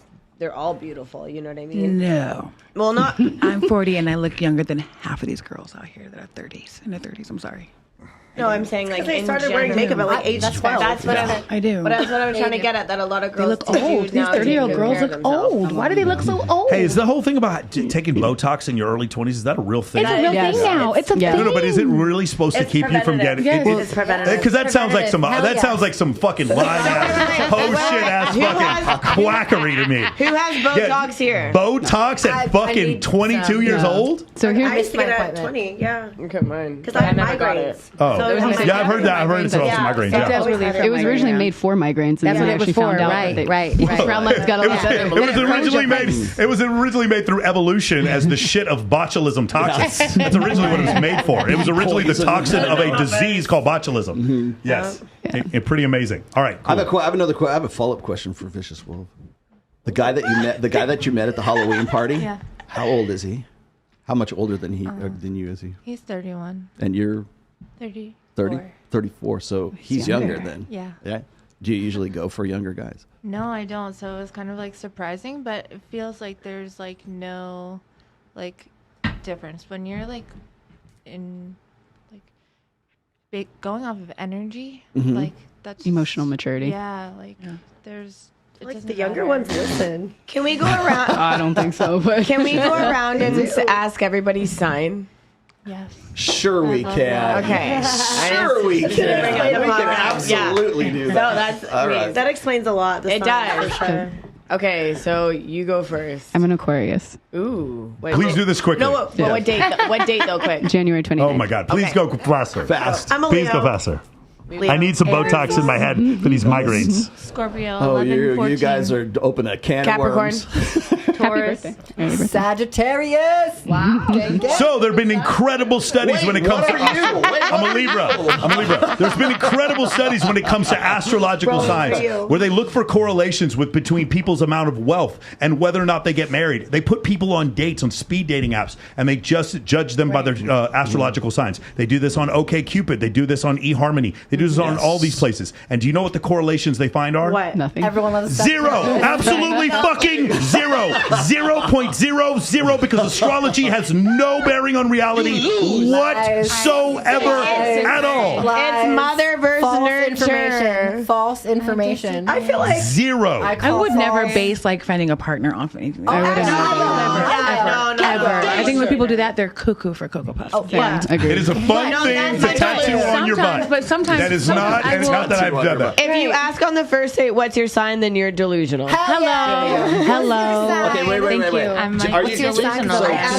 so do you guys all buy into astrology? I do. Yes? I do. I do for sure. Everybody does? Okay, this is great. This chick I crack was is just at a awesome. conference. Okay, I love it. This is my favorite fucking If topic. a guy At a brings up conference. astrology All right, during so- a date, all right, I'm like, so- I love him. So how like I can't imagine how we ended up here. Sydney. You just gave all Sydney, these like, men you a cheat understand how code. easy She to just love gave bomb everybody you a cheat is code. now because they know about this astrology bullshit? Text me at 11:11, I'll lose my shit. Go ahead. I want to hear what she says. So Or I was, or 444. I was just at Stairway to the Stars, Okay. Disclosure Fest, and at the Luxor just this past weekend. And there was an astrology panel, and like literally there's Western and Vedic astrology. And And Vedic- neither of them have any correlation to reality. None. No, Zero. but seriously, like it's, I am fully, I in fully understand India- Vedic astrology. Gary, the in numbers India, guy, I've it's got your next very, wife. like, important for like people to know like your birth chart and Absolutely. the time you were In born. India, So there is to hold on. see if In you are India, compatible. in India there is a constitutional movement to remove astrology from universities because it has been setting that population back. And the only reason Vedic astrology exists is because Alexander the Great in the 3rd century came there and took over India and left it behind. If you'll notice, it's a lion in fucking Vedic astrology and it's Leo in Greco-Roman astrology. I'm It's the Greek, yeah, so- it's the same shit. There it is. And the correlation to reality is I want to believe. zero. There is no. Now, ladies, here's the thing. You believe whatever you want. If it makes you feel better to believe in stuff, do whatever you want. I will too. But my point is, you know it's my point Hecate? is, you guys really want to do better in dating and relationships. Do not make this a variable in any of it because it means nothing. I got to get. Okay, Never. so I did not tell you what my sign is. So if you know something about astrology, what sign am I? I mean, Scorpio. I know something about astrology. They can't figure out what your sign is. That's what I know about astrology. Libra. Leo. Are you Cancer? I don't know why I get Libra. Libra. Oh, I said Cancer. say He's Leo. like, idea, but chill. I'll guess for shits and giggles at Pisces. I would go with Libra because Leo. No, he's not. I don't think he's a Leo. No, not a Leo. I'm gonna say Virgo. Not That's a one good of one. you got it. Not Isn't that a incredible? single one of you got it. What is it? I'm an Aries. That makes so much sense. Not a That single makes so much sense.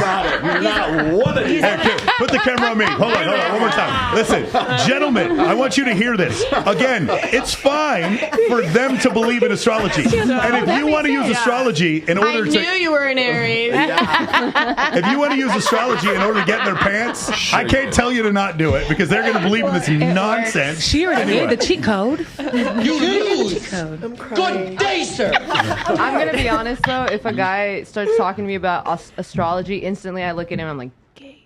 I don't. This isn't gonna work. Yeah, You know a little bit too much. it's definitely a woman thing. The comments got me weak. I feel like it's for entertainment, though. There is a power in belief, but most shit, like if you got your lucky rabbit's foot or whatever, you got your chicken entrails or whatever. But Chicken entrails? there's no Santeria, right? There's no there's no magic juju in any of that shit. But the Like fact, brouhaha? that you believe in that stuff, that is where.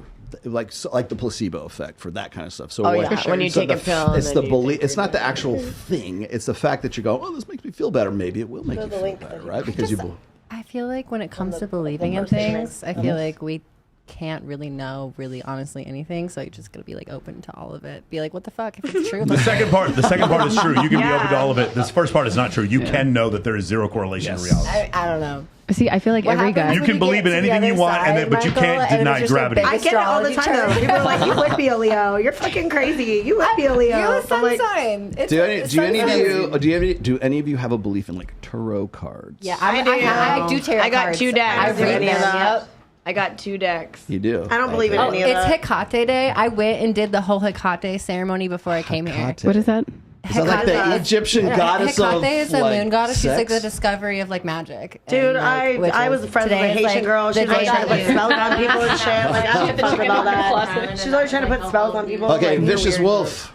Do you believe in crystals? Of course I do. Yeah. Are you kidding? Yeah? Was that even a question? Right. She's not a Christian.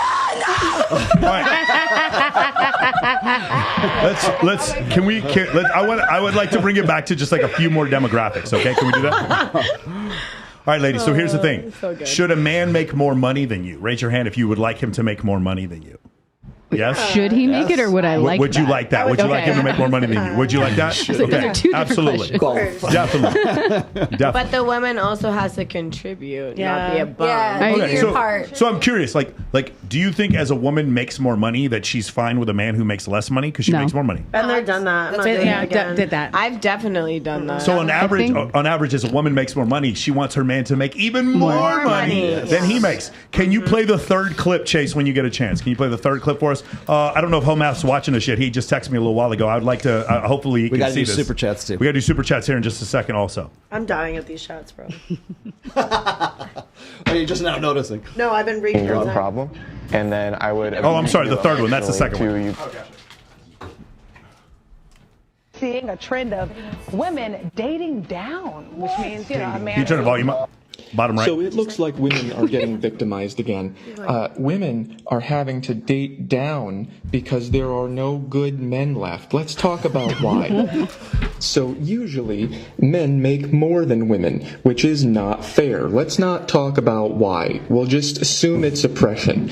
So to combat this oppression, we need the government to make laws so that women can make an equal amount of money, which is fair. And once women are making an equal amount of money, now men who make less than them are fucking losers.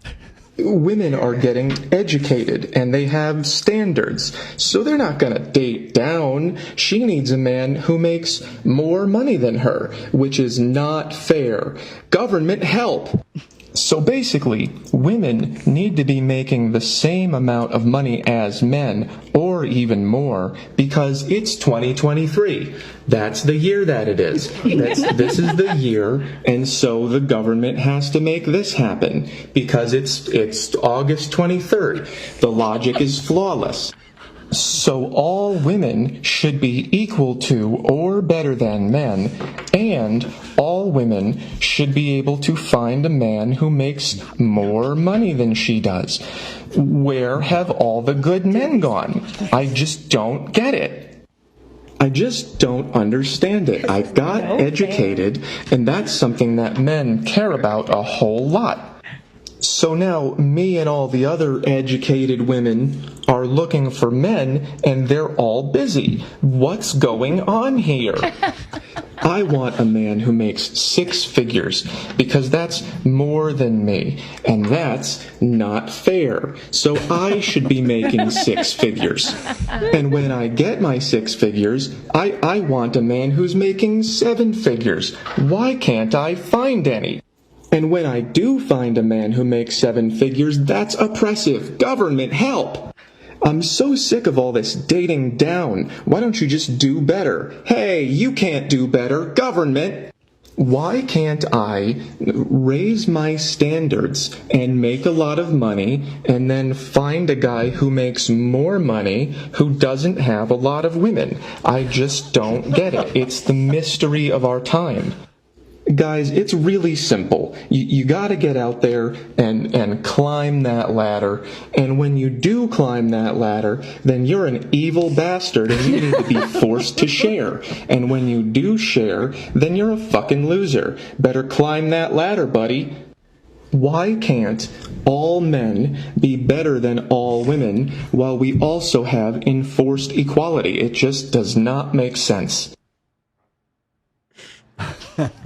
What do you think? These are great. I told you, man. Like the thing is, like He's an artist. Yeah. The thing is, like, he's like a philosopher and an artist. Yeah. And the thing is, like, he breaks these things down. Like, I'm sitting here talking about standard deviations and fucking, you know what I'm saying, and bell curves, and he's sitting there like explaining It's on like that. fourth grade level. I love it. Like, it's so great. It's like it's so great. It's like, and even people who disagree with him like think it's really interesting. Anyway, he blew up. He's guys. Have you seen the one? He goes, "Where are the guys who have no hose?" Have you seen that clip? No. And he goes, "Here are the girls." I'll show it next time. But that's how I got. Well, that's why you don't get no holes, man. One of the reasons. All right, awesome, very cool. Did you have anything else? I got one other thing here, ladies. Let's see. Have you ever got with a married man before? No. No. Yes.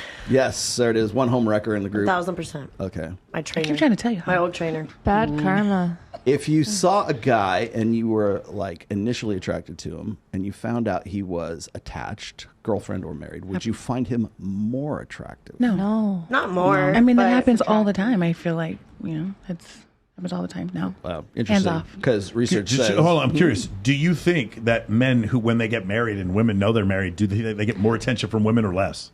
I feel like it's saying both I ways. think it depends. Yeah.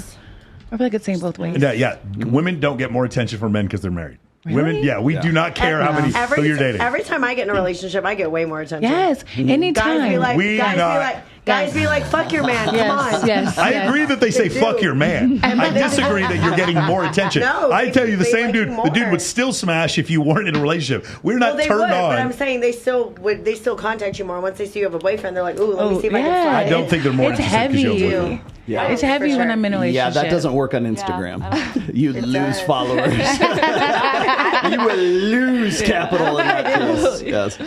So here's the data. When women thought a man was single, 59% found him attractive. But when they thought he was in a committed relationship, 90% found him attractive. Single women were more interested in poaching an attached man rather than pursuing a single man. They know he's a good one. Yeah, because it's proof of concept. It's Right. proof of Yeah. concept. It proves that the thing that you want him for. Again, single mothers, while you may see an attractive woman who has children, single fathers are generally more attractive to the opposite sex than single mothers are. Single fathers are like proof of concept. You were able to have this baby and provide and protect and procure. Right. When a man is a single father, a lot of women they don't disqualify him at all. When a lot of single mothers do get disqualified by men. Right. I agree with that. I can see that. I don't know. I don't really date guys with kids, Her and though. I over here, we don't date. kids. We don't like. I feel like more women are getting to the point where we don't date if you have kids.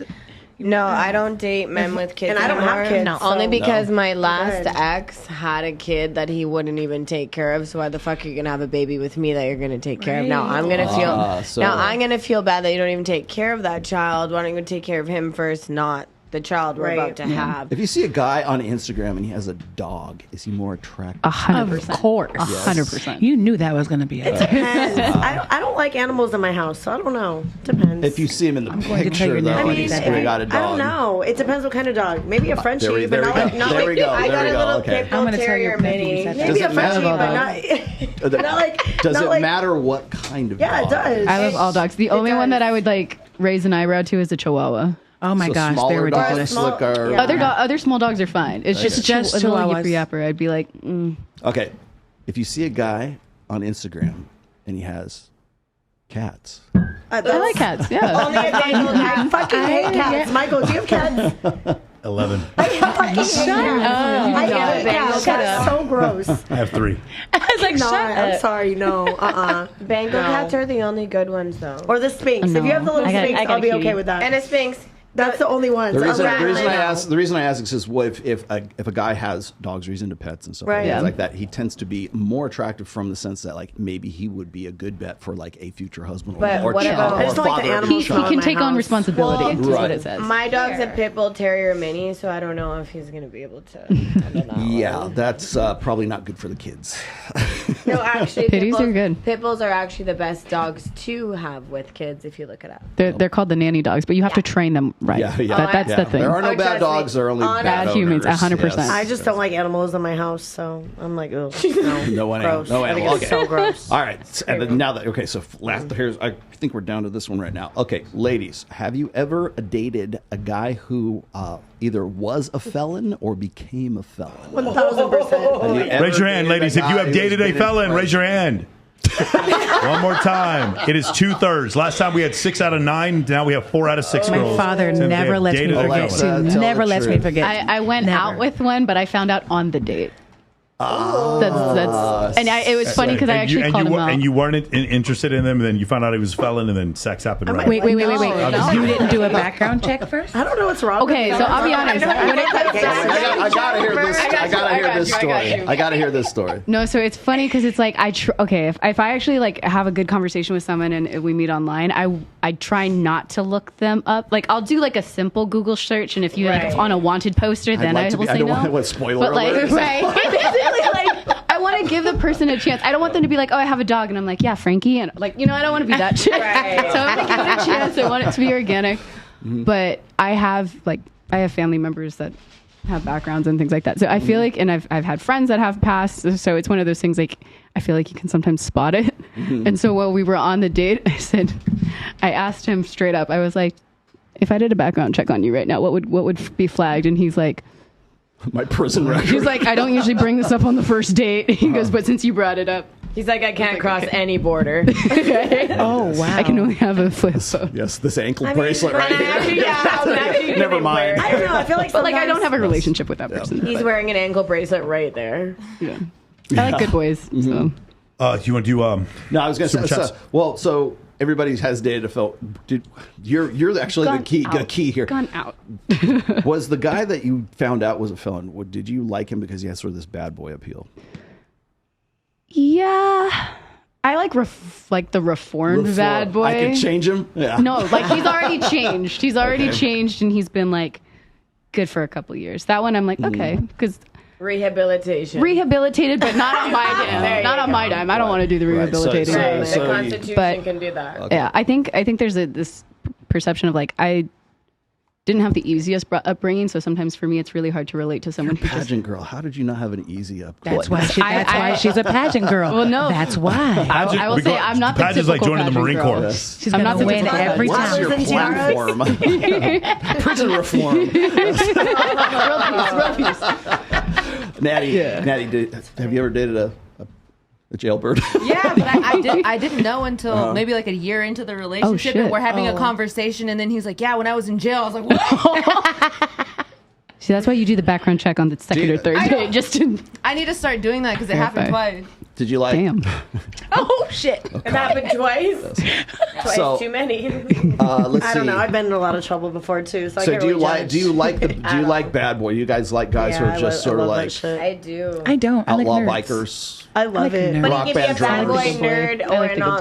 Danielle, did you like a nerd when you were 25? Yes. Really? You always like nerds? Yes. You always have like nerds. See, she knows. But then do you turn the nerd into a femdom? No, I'm over here dating guys that are like, I'm gonna murder you, and I'm like, choke me. No, dead me. No, she's not I have to ask, lying. your name is Vicious Wolf. Do you like bad boys? Do you like a vicious man? Yeah, vicious man. I mean, honestly, that's my artist name. She just seems so calm. And So Wolf calm. is my last name. So. Yeah. There you go. Oh, there. Okay. But to be honest, I mean, just be a good person. You know. I understand that you're saying to us to be a good person, but have any of you dated someone who had toxic traits and you still found them attractive? Please raise your hand. Yeah. Can you pull up the first clip? The first clip that I gave you. Can you pull up the first clip? See, I'm handing them to We're you on a attracted silver to platter. toxicity. Unfortunately. Love it. Let's see if this pops up. All right. There we go. Yeah, go ahead and turn the volume on. It starts. How would you make it up to me? Contestant number 1. Hey, how are you? I missed you. So I would gaslight you into you thinking you're the problem, and then I would abuse you emotionally till you get to a point where you only get satisfaction from me and if I tell you look good or anything like that, and then I would start slightly treating you better, so you'd think I'm changing, and then it would be this off and on until you're almost hooked for life, and I'm like almost like a drug to you, where even when you're not around me and we break up, like you're yearning for me like nicotine. Oh, and if that doesn't work, I'd go to a movie. If all else fails, a movie. Okay. All right, who are you most attracted to? The first one, the black jacket. You said the.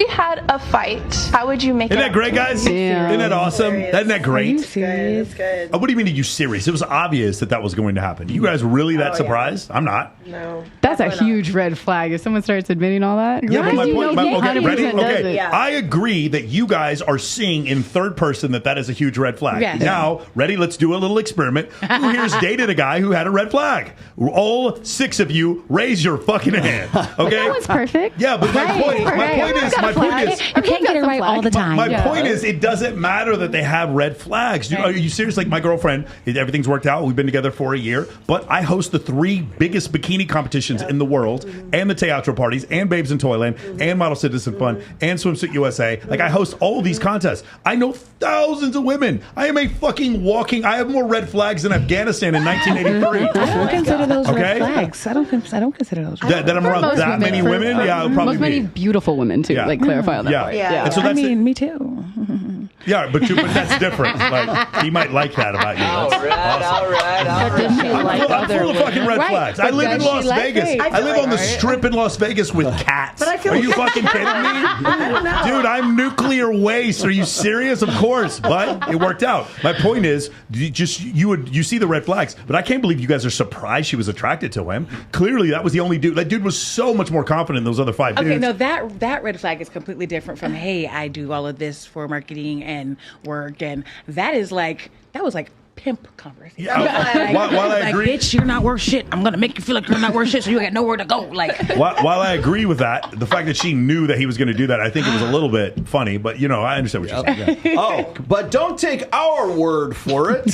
Don't take this anecdotal video for truth. More red pill misinformation. But wait. I need to see who's talking about you guys. I come correct. Rob Henderson, here we go. Thank you very much for these stats that you say we don't quote.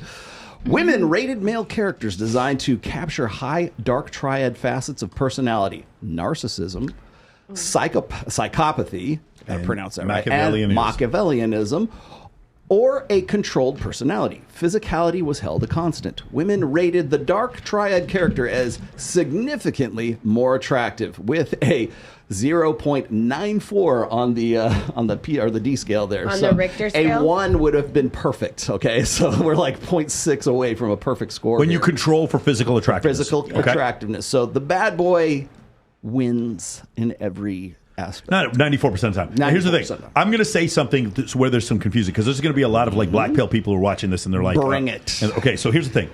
Well, the way it works is, and I want to make this distinction because I've talked to a couple people that have given me these objections. Number one, there's a difference between short-term dating and long-term dating, and there's a difference between familiar and unfamiliar. There's a group of men that cannot compete in short-term dating, the short-term dating market, and that's because women in an unfamiliar scenario find most men to be unattractive. That's Tinder, Bumble, and Hinge. If a guy has a cool social circle, or if he knows a bunch of people, or if you have a bunch of female friends who vouch for him, that's a familiar situation. Right. And you can take a guy who's not as attractive and build him up. So that's the thing. I don't want to discourage, because a bunch of people think that when I talk about Brock the bartender, Steve the male stripper, and Victor the VIP host that have all slept with 500 plus women, that I'm like, they're the only guys that can. I was like, I like guys that I have a connection and a vibe with. Every guy you have a connection and vibe with sells cocaine, has a tattoo sleeve, and is 6'3". Like, shut the fuck up with the connection shit. But the thing is, when I see that, I think it discourages a lot of people. So I don't want to do that. I just want to say there's short-term dating and then there's long-term dating. And I forgot what the other thing, the other clarification I was going to make was. But the main thing I want you guys to understand is that there's a group of men out there that are kind of being left behind. And what we've illustrated from a lot of things today is that there could be, depending on how you look at it, a crisis in dating. And we're trying to point out that crisis through our obligation to objective fact. And there's a group of people who don't like that we're saying that and then consistently strawman us. That's the thing. And I'm not even red pill. And they still do that to me. So that's the thing I want to point out. Okay? Men can be delusional. Yeah, that's I can't okay. get away from that tag. but women can be delusional also. Yes. And then we understand that. And that doesn't make us misogynist. Does that make sense? Right. Oh, let me see if I can balance But you know what, too? was real. When you talk about Instagram, and I think, we all know that it shows you what they think you want to see, Yes. right? Oh, yeah. So just like the clothes like you want to buy. So like when you're in a on a post and it's like they're talking about women versus men, and I see a lot more. I see a lot of men saying women. We think you guys are shit, and we think you're trash, and this and that. But I don't really feel like a lot of regular women don't feel. Well, like that. I hear a lot of women say this, but what happens is they are being pursued by the 80% of men they don't find attractive, and they are pursuing the 20% of men that have too many hoes, and because of that, men are trash. Okay. Because what's happened is the supply and demand curve, it will meet in short-term dating, but it won't meet in long-term dating unless they're like 21 and super fucking hot. Then it'll meet in long-term dating, and that's where women are frustrated, and women are choosing certain guys more than others in short-term dating, so men think that's unfair. So women think these bitches to go to hell. women think I do not abide by any of this. Love you, Mo. I would never call a woman that. It's terrible. The other thing I wanted to point out was this. So there's this belief, there's these things called good guy traits and bad guy traits. Homath talks about this, and I talk about attraction, cues, and comfort, right? Attraction and comfort. What happens is a lot of men get this idea because of the men that women choose to date, that women want a bad boy or women want an asshole. And also we see these studies about dark triad traits. It's actually mostly narcissism that women find to be most attractive. Oh, no, it's actually a capacity for violence. In modern society, the most violent gang members often have the highest status compared to non-involved peers. Well, so- Young male gang members between 14 and 18 years old were 5.7 times more likely to have had sex and 3.2 times more likely to have gotten a girl pregnant. The only issue with that... consensual or non-consensual? It's probably... That's a good point. Probably consensual. No. I don't like the thing is, while non-consensual sex is a thing that happens, I don't know that it happens. It's not I don't know that it, and I could be wrong here. I don't believe it's a statistically large portion of the sex that these people are having. It could be. I just don't know that that's the case. You're saying that they have more sexual partners because they're forcing it on women. I don't know that to be the case. But regardless of what the case is, young male gang members willing to commit violence does not even make up 1/1000th of 1% of the U.S. population. Yeah. That's the only thing I'm saying. Going back to what I was saying before, when a man has all the bad boy traits. This is the kind of guy that, short-term dating prospect. This is the kind of guy where women will actually show up at his house, watch another woman leave and still have sex with him. It's sex, but there's nothing. Again, a lot of women won't do this because it's all short-term dating. It's all bad boy traits. If a guy has all good guy traits, you know what that is? That's your friend. That's your gay friend. Because he has straight friend. You're not interested in straight gay friend. I have a real gay friend. When guys have both, that's actually what's most attractive. So here's the I can thing: see that. communication is between the sender and the receiver. Okay, if I'm dating a girl and she's never had a guy say no to her because she's very attractive, she may meet me and I'm nothing but Prince Charming to her, but I got to go to work, honey. And when I go to work comes first, and I'm not going to be able to answer all your phone calls. And the job is my priority, and I have to spend time with my family. And I know you want to sit here and eat Haagen-Dazs and watch Netflix, but gym comes every single day.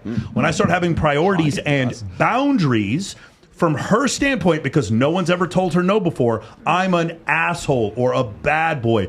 Or because I have boundaries, now I'm a narcissist. And what's happened is That word is thrown around what's so much. happened is Yeah. no, it's not that he's a narcissist. No one's ever presented a boundary. Now, some guys, of course, are narcissists, but that's only like maybe 6% of the Right. population. Right. Probably more like 4.5% of the population are actual stone cold NPD Right. narcissists. That's not common. What happens with most guys is like these men are misinterpreting. They're saying these guys who are more bad boy than me are getting the girls. And the reality is, if you're nice to women because they're attractive and for no other reason than because they're attractive, you are, sorry YouTube, a simp. That is what you are.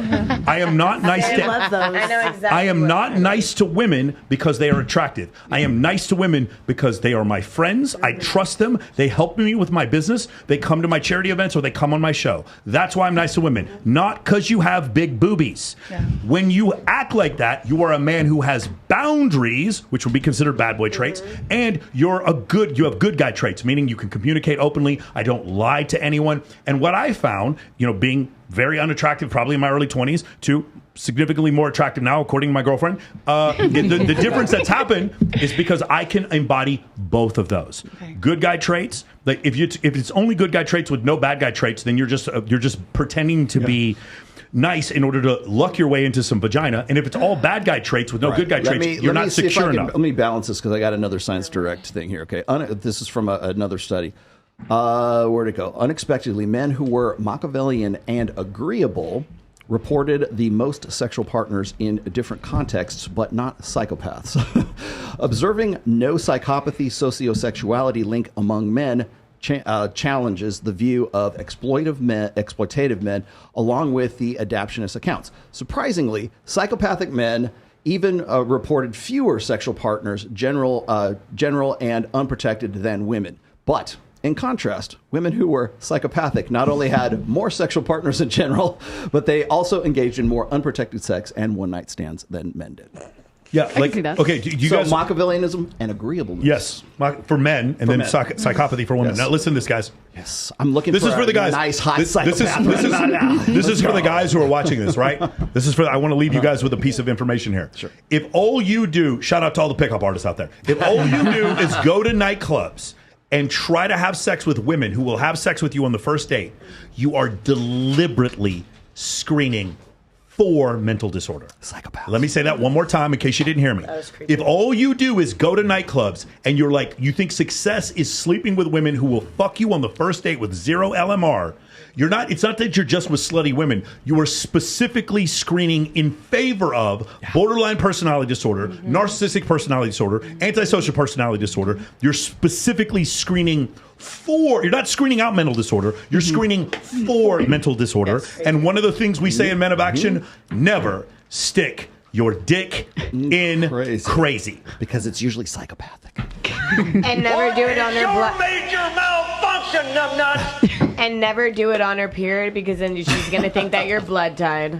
Or blood tied? Is that a witch thing? I was about to say, that's definitely a witch thing. Of course. It's like the bitches that put period blood in spaghetti and shit. Yeah. That shit's weird. That's I'm Gunna the rapper. I met this girl in Atlanta, and she told me that he was with her after she put her period blood in his spaghetti, like cooked for him. It's like so old, men, it's like old an Southern thing. Creole. So it's old Southern if Creole. girls ever cook you spaghetti on the first date, don't eat it. It's called brouhaha. No, that's Creole. That's actually Creole magic that she's talking about. That's surprised at this. Is this not in the That's why I was like, My dad's from there. I mean, No, Google it out in Tobago. Go ahead. To be honest, I have heard of that. Yeah. So, yeah, it doesn't surprise me. But I'm like, how frequently are people doing that? Hey, wait.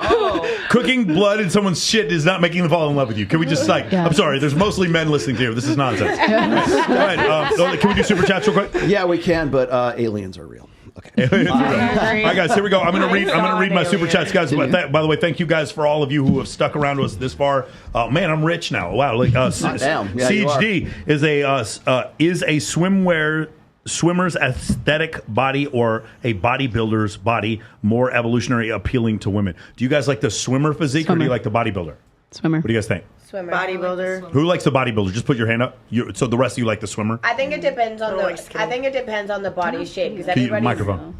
I think it depends on the body shape. Like, I look different than you if I was a bodybuilder, and if you look different than me if I was, you know what I mean? Yeah. So all really depends. We're talking like average bodybuilder physique, average swimmer physique. Which you like better? I like bodybuilder for sure. Swimmer. It's interesting. Like, you kind of go counter to pretty much everything and all these. Like, I bet your testosterone. Like, you have like 200 total testosterone. Anyway, you would be a good wingman. I used to do fitness bikini like Sid. That's why me and her are like cool. So here's the thing. Like There's a few studies on this. Men tend to think that women want them to be bigger than they actually are, whereas men think they want to be Schwarzenegger, but women want them to be Brad Pitt in Fight Club. Right. And women tend to think that men want them to be skinnier than they actually are. Right. Men want, women think they want Twiggy. In reality, they want, fitness model with a nice butt. Yeah. And so that's what we've actually. So for women, it's an under-perception bias, and for men, it's an over-perception bias. Well, nowadays it's thicker the better, which is totally true. But if you can't get thicker, how the fuck are you gonna get there? Just gotta eat. Even if you eat the whole fucking, if I eat the whole cow, I'm still gonna get steroids. Anabolic steroids. What are you I'm talking about? definitely not doing steroids. You want fucking What a ridiculous question. You want Hulk Hills It's coming definitely out? possible. It's possible. I got Gains are 2 possible. words to respond to that. Thigh gap. Okay, here we go. I got the thigh gap. The second question is Mark Fissel. Mark Fishel. San Francisco was clean for Xi Jinping and Biden to meet. Too bad about Vegas. Oh, that's interesting. They clean up San Francisco for them to come here. I got to see that. Probably. They must have killed 50,000 people in order to clean up San Francisco. Yeah. Dad's coming. That's We're incredible. Hey, I'm 21. I'm in highly interested in sales, so I applied for the appointment center position at MOA. Looking forward to hearing from you guys. Thank you, Joshua. Also, cool. What do you got? All right, I got a few. Okay, I'm going to read. These are from the Access Vegas feed right now. Skyview says, Rollo, are you going to have to clean up Pearl's mess again? No, not at all. What did Pearl do this time? She got demonetized. Oh, because of the thing she said about what was it? The kid or the using the underage girls video, and it was. Did the family ask to get it taken down? They repeatedly asked to take it down, and that was actually, at least that's what they're saying, anyways, right now. That's what caused her demonetization. Yeah, I mean, the thing is, while this is kind of foolish that she did that, especially if they asked her to take it down, I don't think this had anything to do with the Manosphere or Red Pill. Yep.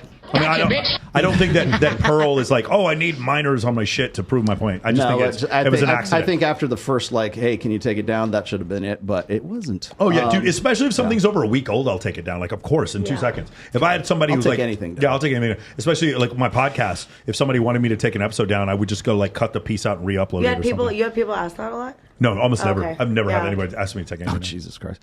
Habanero Bear, how much VAR does the IFBB take? Tips or dosage? She was talking about Sid. Let's see about Sid. Yeah, Andrew. Okay, this is from Leaks. Thanks for the $10 super chat. Andrew Wilson is not cut out for this space. He said Brian Atlas and TradCon Chase were too hard on the girls. He would get eaten alive on Access Vegas or FNF. No, that's why he e-debates. I heartily disagree. I disagree. With that. He would eat us alive, dude. That guy will not stop talking. I love him. Like good. Andrew Wilson's great. He'd be good on this. Yeah, he would be great on the show. K-Dog. Three women with master's degrees are only as smart as one very drunk man. I'm crying. Right. I don't have a master's. I have a bachelor's. So get it right, y'all. So the Rational Trucker. This is one of my regulars. Before Instagram, before Facebook, and before MySpace, there was AOL chat rooms. Right. I got my first hookups from there. Online dating began before 2000. Remember Nexopia? I used to think online meeting was a godsend. No. Everyone is more socially autistic now. Yeah, that's. I was going to say, what's interesting? I'll just put a point in here. Is we used to have did you ever have a Plenty of Fish thing or OkCupid or Match.com? Yeah, probably not because we don't even remember that. But you used to go. You used to have to go and write a bio for yourself and say and write a bio about the kind of guy you want to have. You really get involved with this thing, and you had some pictures on there and stuff. Not no more. And now, and just like you guys were saying, now all it is. Yeah. No, it's crazy. Never got fat. into He's that. I don't know why. His Instagram sucks. That's all it is because it's all percent. Now we've gone from really kind of trying to feel out who we want to be with in the long term to oh yeah, that kind crazy. of stuff. Right. Yeah. Let's see. Reckless Gaming. Women aren't more empathetic. That's why they don't care about a man's struggles. They wait at the finish line and they pick the winners. They are also more likely to delete children and the elderly. Thanks for your vote of confidence. Okay, there might be some studies that show that, but most people don't murder elderly people. Yeah. Most people do not delete children. I think we're pretty good with that. Talking about abortion. No, but I'll give you an example. What happens often? It is true that single mother households are more likely to produce children who become malcontents or felons or whatever. It is Drug true. Addicts, suicidal, it is true. Correct. But not most children from single family households become felons. That is not true. Right. 90% of people who suffer from lung cancer smoke cigarettes, but 90% of people who smoke cigarettes don't have lung cancer. Right. Some of you guys, it's hard for you to grasp these two things at the same time. But that's how statistics work. Secondhand smoke that actually gets it worse too. Right. Yep. So, Sleeper says someone should reach out to Homath. Already have. He is getting the attention from grifters. He had a debate with Mackle Smurfy. Yeah. So Macklemore. Yeah. Telling him to take stuff down. Really. Yeah, so Home Math is coming on my show Monday. I have that. done a ton of research. I've watched everything one of his shows. And if I can call into that, I will. Yeah, I would. The dude is awesome. I love what he's doing because there's a need for what he's doing. Like for Rollo and I, we're trying to do things that are very technical, and he makes them very simple. And there's very little that he says that I disagree with. The only thing is he doesn't really use studies, and he's a little bit skeptical of studies, which is fine. I still love his illustrations. And the way he describes things, it's going to sound so bad, but it's like even women understand like the concepts of like they can laugh at it. Yeah, but they can laugh at it. But it's not like they're too complicated. It's just like when we try to explain it to you, it's like, hey, 33% of men are getting no sex. We had a woman on the show be like, your dick is not my responsibility. Like they don't care. They don't care if it's your little brother. Maybe you care, but for the most part, it's like the fact that a third of the population is just like miserable and like may possibly go shoot up a school or fucking be miserable people who leave horrible comments on YouTube or whatever. Who gives a fuck about them, right? Fuck them, right? That's the whole thing. But the reality is, I still care about those people. And there was somebody, a couple years ago who started speaking to those people because academia wouldn't. His name was Andrew Tate, and he became the most famous person in the world because there was a group of men that were disenfranchised from the short-term dating market. And there was no academia that was standing up for them. Still there isn't. And so because he did that, that's what Richard, by the way, not my words, Richard Reeves, he said Andrew Tate was because of us. Andrew Tate was because academia decided to not have serious conversations about this. And now Scott Galloway is, and Richard Reeves is, and serious academics are now starting to have I don't know if I would call Galloway this. a serious academic, but be that as it may, at least there's people like Rob Henderson, there's Gad Saad. Sure. And by the way, this has been a frustration of mine since like the mid 2000s, because I've been doing this for like 20 some odd years now. So, and I had the similar frustration with that. I'm like, who is not making connecting these dots? Why am I the only one that sees all this bullshit happening? And finally, we're sort of coming to our own. Joshua Acosta says, "Hey, I'm 21 am highly interested in sales, so I applied for the appointment setter position for MOA." Joshua's doing it twice. Looking split up his money. Looking forward to hearing Joshua, I am very happy. Game. I'm very excited about the level of ambition you have, and I have zero to do with the hiring process, brother. I'm the CEO of a company with 50 people. I don't have anything to do with the hiring process. But good luck to you. Yeah, I was going to say, click my link and join MOA, and then I'll put in a good. By the way, if you are a member of MOA, you are like probably 50 times more likely to get hired. Mark walks $20. Thank you, brother. Another great show, and Mike for Rollo and Michael, open conversation and honest responses. Keep up the good work. We will do our best, my good friend. And that's it. Okay, from this point, we're only doing 500 and up. Is that what we're doing? 500 and up. Yep. I'm just kidding. Just go ahead and say whatever. And Reckless Gaming says Michael just proved my point on lack of empathy. Yeah, I mean it is. I don't know if it's a lack of empathy. So do you guys understand? Men and women have the same IQs. They're both about around 100. The difference between men and women is that more women sit inside the first standard deviation. That's between an IQ of 85 and 115. There's more men, not more men outside the deviation, but more men than women outside the first standard deviation, which means the dumbest humans alive right now are men, and the smartest humans alive right now are men. Does that make sense? Yeah. You guys understand that? Yeah. So that's where things are a little bit different. What I found is that when women, they have the intellectual horsepower or like the neural ability to conceive of things like astrophysics and quantum mechanics, but they just aren't curious about it. That's what I found. It's like proclivities. The proclivities to like be curious about it. I am a man and I'm a former U.S. military officer. In general, my whole belief is I need to solve problems to make my life better and my friend's life better. I need to provide for, like I have a nephew. I want to make sure that my nephew can go to any college he wants, and I want to make sure that's already taken care of before he gets to college age. I'm here to try to solve what would be called adaptive solutions, or try to find evolutionary problems. I forgot what Dr. Buss calls it. Men are deductive problem solvers by nature. So because of that, I need to be curious on how to build a sales funnel, how to hire a sales team, how to do live streaming. Do I use Restream or do I do StreamYard? How do I use Zoom? How do I pay my taxes? I have to solve problems. I am always in a problem-solving mode. Women a lot of times are just really fucking pretty and get a lot of fucking attention. And they don't have the same adaptive problems. They have some problems. The problem is, how do I get my makeup on in time to make it for this date? And I'm not saying that's the only problems, but you don't have the same necessity, especially if you're very attractive. You have two issues going on. You don't have the same adaptive problems, number one. And number two, the amount of stimulus that each one of you women get on social media is 100,000 times more than me. Oh, yeah, definitely. Do you understand? And so because of pretty that, girl privilege is definitely. because of that, your necessity to be curious, again, I'm saying you're just as smart smart as us, but your necessity to be as curious as us to solve problems might not be the same thing. And so generally, when I have conversations with women about the NFL, astrophysics, inflation, the real estate economy, or whatever, I just find that it's about 10 times as many men want to have those conversations with me as women. It's not an insult to women. It's just something that I found to be true. Because in all those cases, when I talk about finance, or if I talk about the war with in Israel or the war in Ukraine, when I have those conversations, it is generally women who don't even know the first thing about them. Nobody got time for that. Exactly. So that's the thing. It is because women are not curious about that, and I think in general, it's because women are not adaptive. Obviously, women are problem solvers. I had 2 female squadron commanders when I was in the Air Force, but in general, they are not problem solvers the same way men are. And so it's not that women are dumber. It's that they are not as curious about solving problems as men are in general. And if they were, then I would have a lot more conversations with women about building sales funnels and what my KPIs are and shit like that. But I have none. Yeah. I would argue, I mean, I could say if we're talking in generalizations, I could maybe say that. But I think it's also like I work in tech and I work predominantly with men. I'm usually like the only female in a meeting, and I'm usually like 10 to 15 years younger than everyone else. And I'm sure they look at you like this is crazy and you're an anomaly. I'll bet you 3 standard deviations outside the norm. But it's also one of those things I would argue, I think a real reason for that. And like, I do agree, like men naturally have the desire. Like if a woman has a problem and goes to a man, his first thing is to provide a solution. Did you do good in school? Yes. Did you do good in primary school and high school? Yes. In college, did you do good? Yes. Did you find complicated ideas to be simple? Define. I'm being too general. Yeah, I'm being too general. Do you have are your parents educated? No. They're not? Did your parents have high IQs? Probably not. Yeah, not probably not? No. Okay, interesting.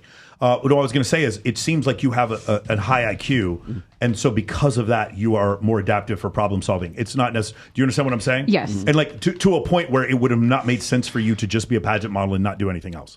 Yes. I think, but one part of it though is it's also like, in the environments that I'm in, I see men and isolation, I think, is a huge reason for a lot of these things. Because like, if you're in engineering, if you're in computer science, I mean, I have coworkers that sit down at a desk and don't talk to anyone for 12 hours a day. And men, I think, are able to cleaning up there. There are no attractive women in fucking Northern California. You guys didn't know this? Like, go walk around San Francisco, and it is fucking terrible. There's a bunch of girls who live here in Vegas.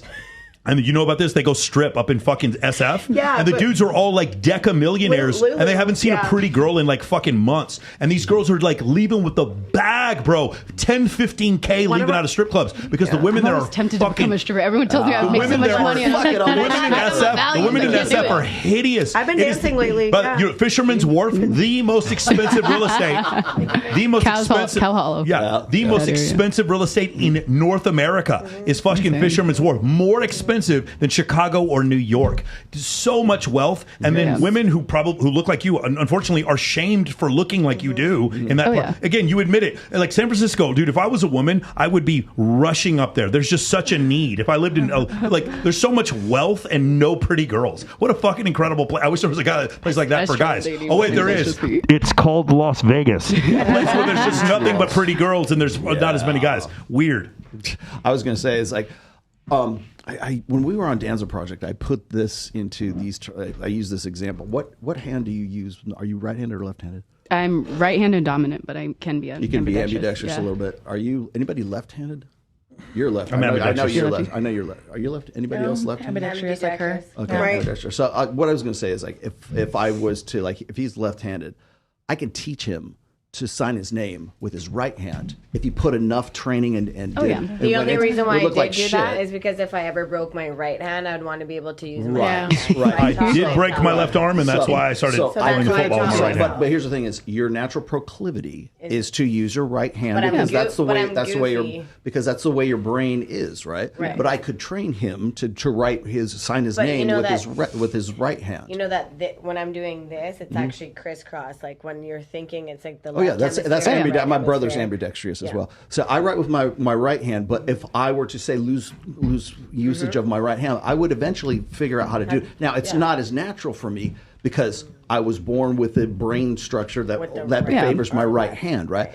So similar to what with men and women have different innate natural proclivities. Can you teach and condition a woman to do certain things that men can do? Yes, you can, but it's not the natural proclivity for that woman. So like one the other example I use is like most like when a male child, when a boy is very young, he can throw a rock with more force and more accuracy and put his shoulders into it because it's a natural thing for males, for human males, right? Now, can you teach a girl if she's at a the same tomboy. age to be a little league pitcher? Yes, you can, but the boy is easier to train and teach than it is for the girl to do that because of the natural proclivity. No, because I was the number one one discus thrower in the province of Canada in track and field, and I was a tomboy as fuck. Yeah. And it's less about the so I would say this: there might be a more natural proclivity for you to want to be more like masculinized like that. But the boy is still going to naturally be able to throw a ball, and like we say this, like when you throw like a girl,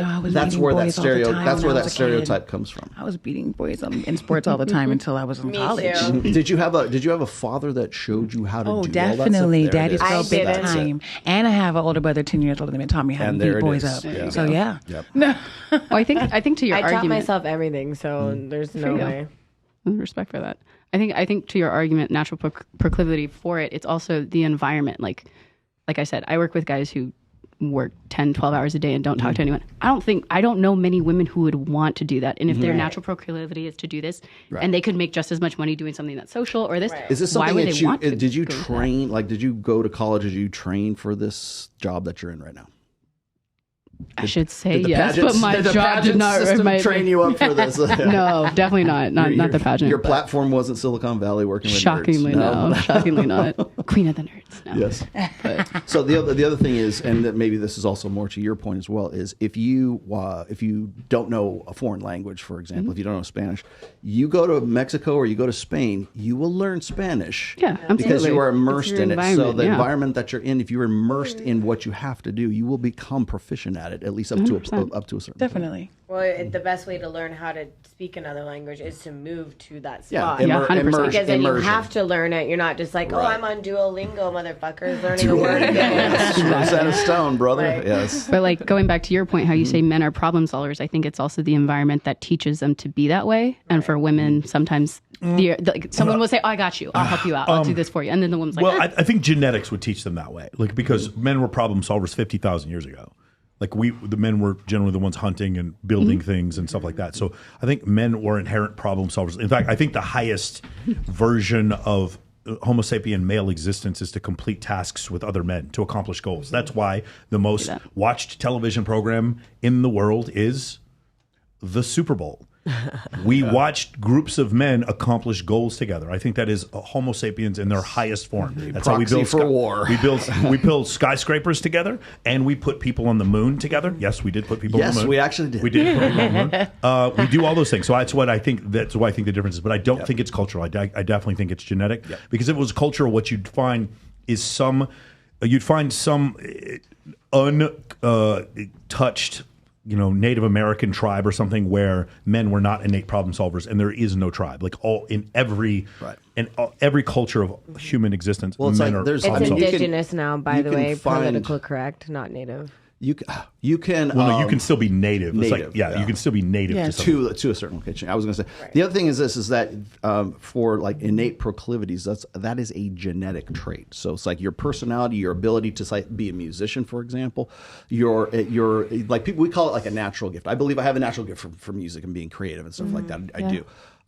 But the people who become like masters of a certain art, they have the natural innate proclivity for that. But if they don't live with like a family that is really pushing their music or their art or whatever, or they don't live in a society or whatever that has that makes it better for them, a better condition for them to sort of flourish and to become reach their peak potential, then it's not that they don't still have that potential. They do. It just never is maximized because it's not in a condition or it's not in an environment where it is. So for example, if like you look at like Johann Sebastian Bach, if you look at his family it comes from music. So so that natural proclivity for being a master musician comes out. Eddie Van Halen, right?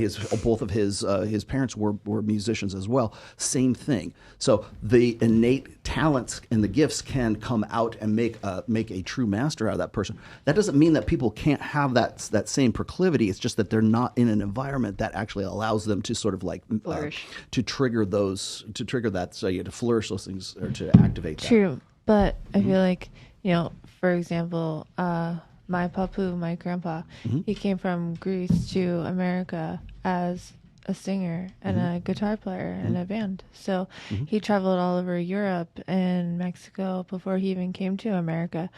And so having that in my bloodline, I feel like there is a natural inclination to just have a passion to do music and art. So I feel like when you have that like in your bloodline, like it's just going to be innate.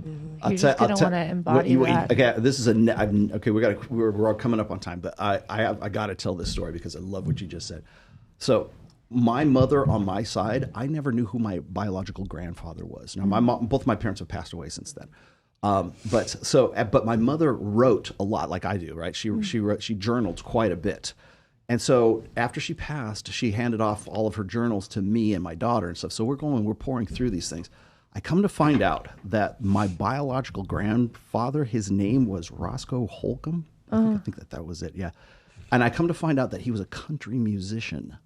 And a pretty well-known one too. Yeah, I mean, he died penniless later, but like he like during the '60s when like folk rock was a thing, everybody was like using his stuff. He was a very like during his time and during that that era, and most of it was like Depression era, but he lived this really fascinating life. But like I come to find out that this guy was my biological grandfather, because I'm like, there's no one in my family that has a musical bone in their body. I'm like, how the fuck did I get this? Right? And it comes to find out that like later on, after she's passed, I find out because it was an illicit affair between my grandmother and her father. That's why my mother was actually sort of an unplanned pregnancy. Oh, you're 23 and me found out that was your grandmother.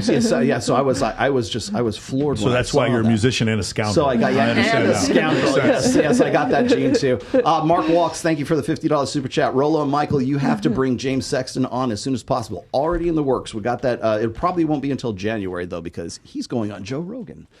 Nice. Yes, I'm confident it will be an excellent show. Yes, it definitely will be. And then last but not least, I got Space Dude. Is Tech Girl next to Rollo a Scrum Master Project Manager? Working on my Scrum Master, but I am a project manager. You are. What is a Scrum Master Project? There's different certifications that you can get within. So you can have like your Agile certification. I want to work on my PMP. I just don't have the time. They were trying to get you on that. Got you. I'm working on it. Yes, got you. Yes. Got you right back. Gotcha, bitch. There you go. All right. So this is that time of the show where we ask our. All right. We had one person run to the bathroom real quick because of had a pee break. Real quick, can we? What did you guys think of the show so far? What did you think? I really enjoyed it. Yeah. Yeah. Do you have any criticisms for the audience or for us? No, I mean. The only thing I would say is if we could see some of the stats, because I'm like some of the stats when you start reading it, I'm like next time trying to like see it, or like in my head I'm like some of them are a little long. They're all in my bookmarked folders on Twitter. So okay. I like it better than Fresh and Fit for sure. I'm gonna give you that. Yeah, it's chill. I like how you guys have the same like setup and stuff, like with the girls, and then you guys talk about like the same type of stuff, but it's different. Does that make sense? It's not. That was the intent. I liked it. I liked the group of women that I was actually in here with. Yeah. We were all pretty. Everyone's everyone was very nice. And, I liked it. Awesome. I really loved it. However, one critique is, and this is like not just for you guys, but for all men, please put the toilet seat down in the bathroom. Like, I don't want to touch that. Thank Yeah, you. that's wow. That solves all of it. I didn't understand. That fixes everything. World hunger has been fixed. I actually have a better solution whenever like people say that. They don't go because it's just as easy for a guy to put it down as it is for a woman to put it up. But I said if that's ruining your marriage, you know what you need to do? You need to install a urinal in your in your bathroom, and then allow your wife or your girlfriend to explain why there's a urinal to your guests when you have people come over for Thanksgiving. You can get one of those Totos, like the Japanese toilets. Yeah. It'll do it for you. keep it warm. I just got one of those. Oh, you did? Terrifying thing. I don't know how to use it. There's so many buttons. I got two of them. They're supposed to spray all kind of parts of my body and shit. I don't know how to use it. I'm just terrible. It's a remote control. Put a urinal in. My toilet. Solve that damn problem right now. Okay, Hillary. What did you think? Okay, Hillary. I thought it was great. This is my second time on the show. Yeah, fun times. Yeah, no questions? No questions. No questions for us. Okay. All right, guys. If you look on my channel, you'll find all of their IGs. I think you'll find it on yours as well. All of them are we on. put all your Instagrams up there, guys. Make sure you go into their Instagrams, and then just disproportionately leave heart emojis on their comments because that is the key to sleeping with them. You just send them, you put heart emojis in the comments. Yes. They said they want you to initiate. That's all that happens. It's just heart emojis and the little fire emojis. And then like a little queen emojis. Yeah. That's how you sleep with women is by you leaving those in the comments in case you didn't know. Always works better. Yeah, I keep saying that. And for some reason, millions of men keep doing that shit, and I don't know. Emoji, I don't know how you feel. Yeah, you know, yeah, you know what? I don't leave heart eye emojis on my girlfriend's Instagram. I just have sex with her. That's the difference. That's an emoji. Yeah, so that's different than what you guys are doing. So please stop doing that because it's a really fucking bad game. You get to see all those expressions on her face. Hey man, I appreciate it. This is probably my favorite show just because we put in so many statistics. I really like this, and I think it's one of the things where diagnostic. I appreciate the criticism that is coming our way, because they're not being personal about it, which I appreciate, and I think it makes us sharper in these situations. Absolutely. I'll say the whole statistic about between the ages of 18 to 30, 26 or 28% of men were virgins. Well, that number goes down significantly once you get to the 27, 28, 29. We're talking about 5 or 6% of men that are virgins. Now, while I do appreciate that nuance, there still is an issue because that number has increased. Number one, overall, and number two, just because you've had sex one time does not mean you're not having trouble in the dating market. So that's the only thing I would say. My overarching point is that there is an evolutionary mismatch that has been created. It is mostly through society and specifically through social media.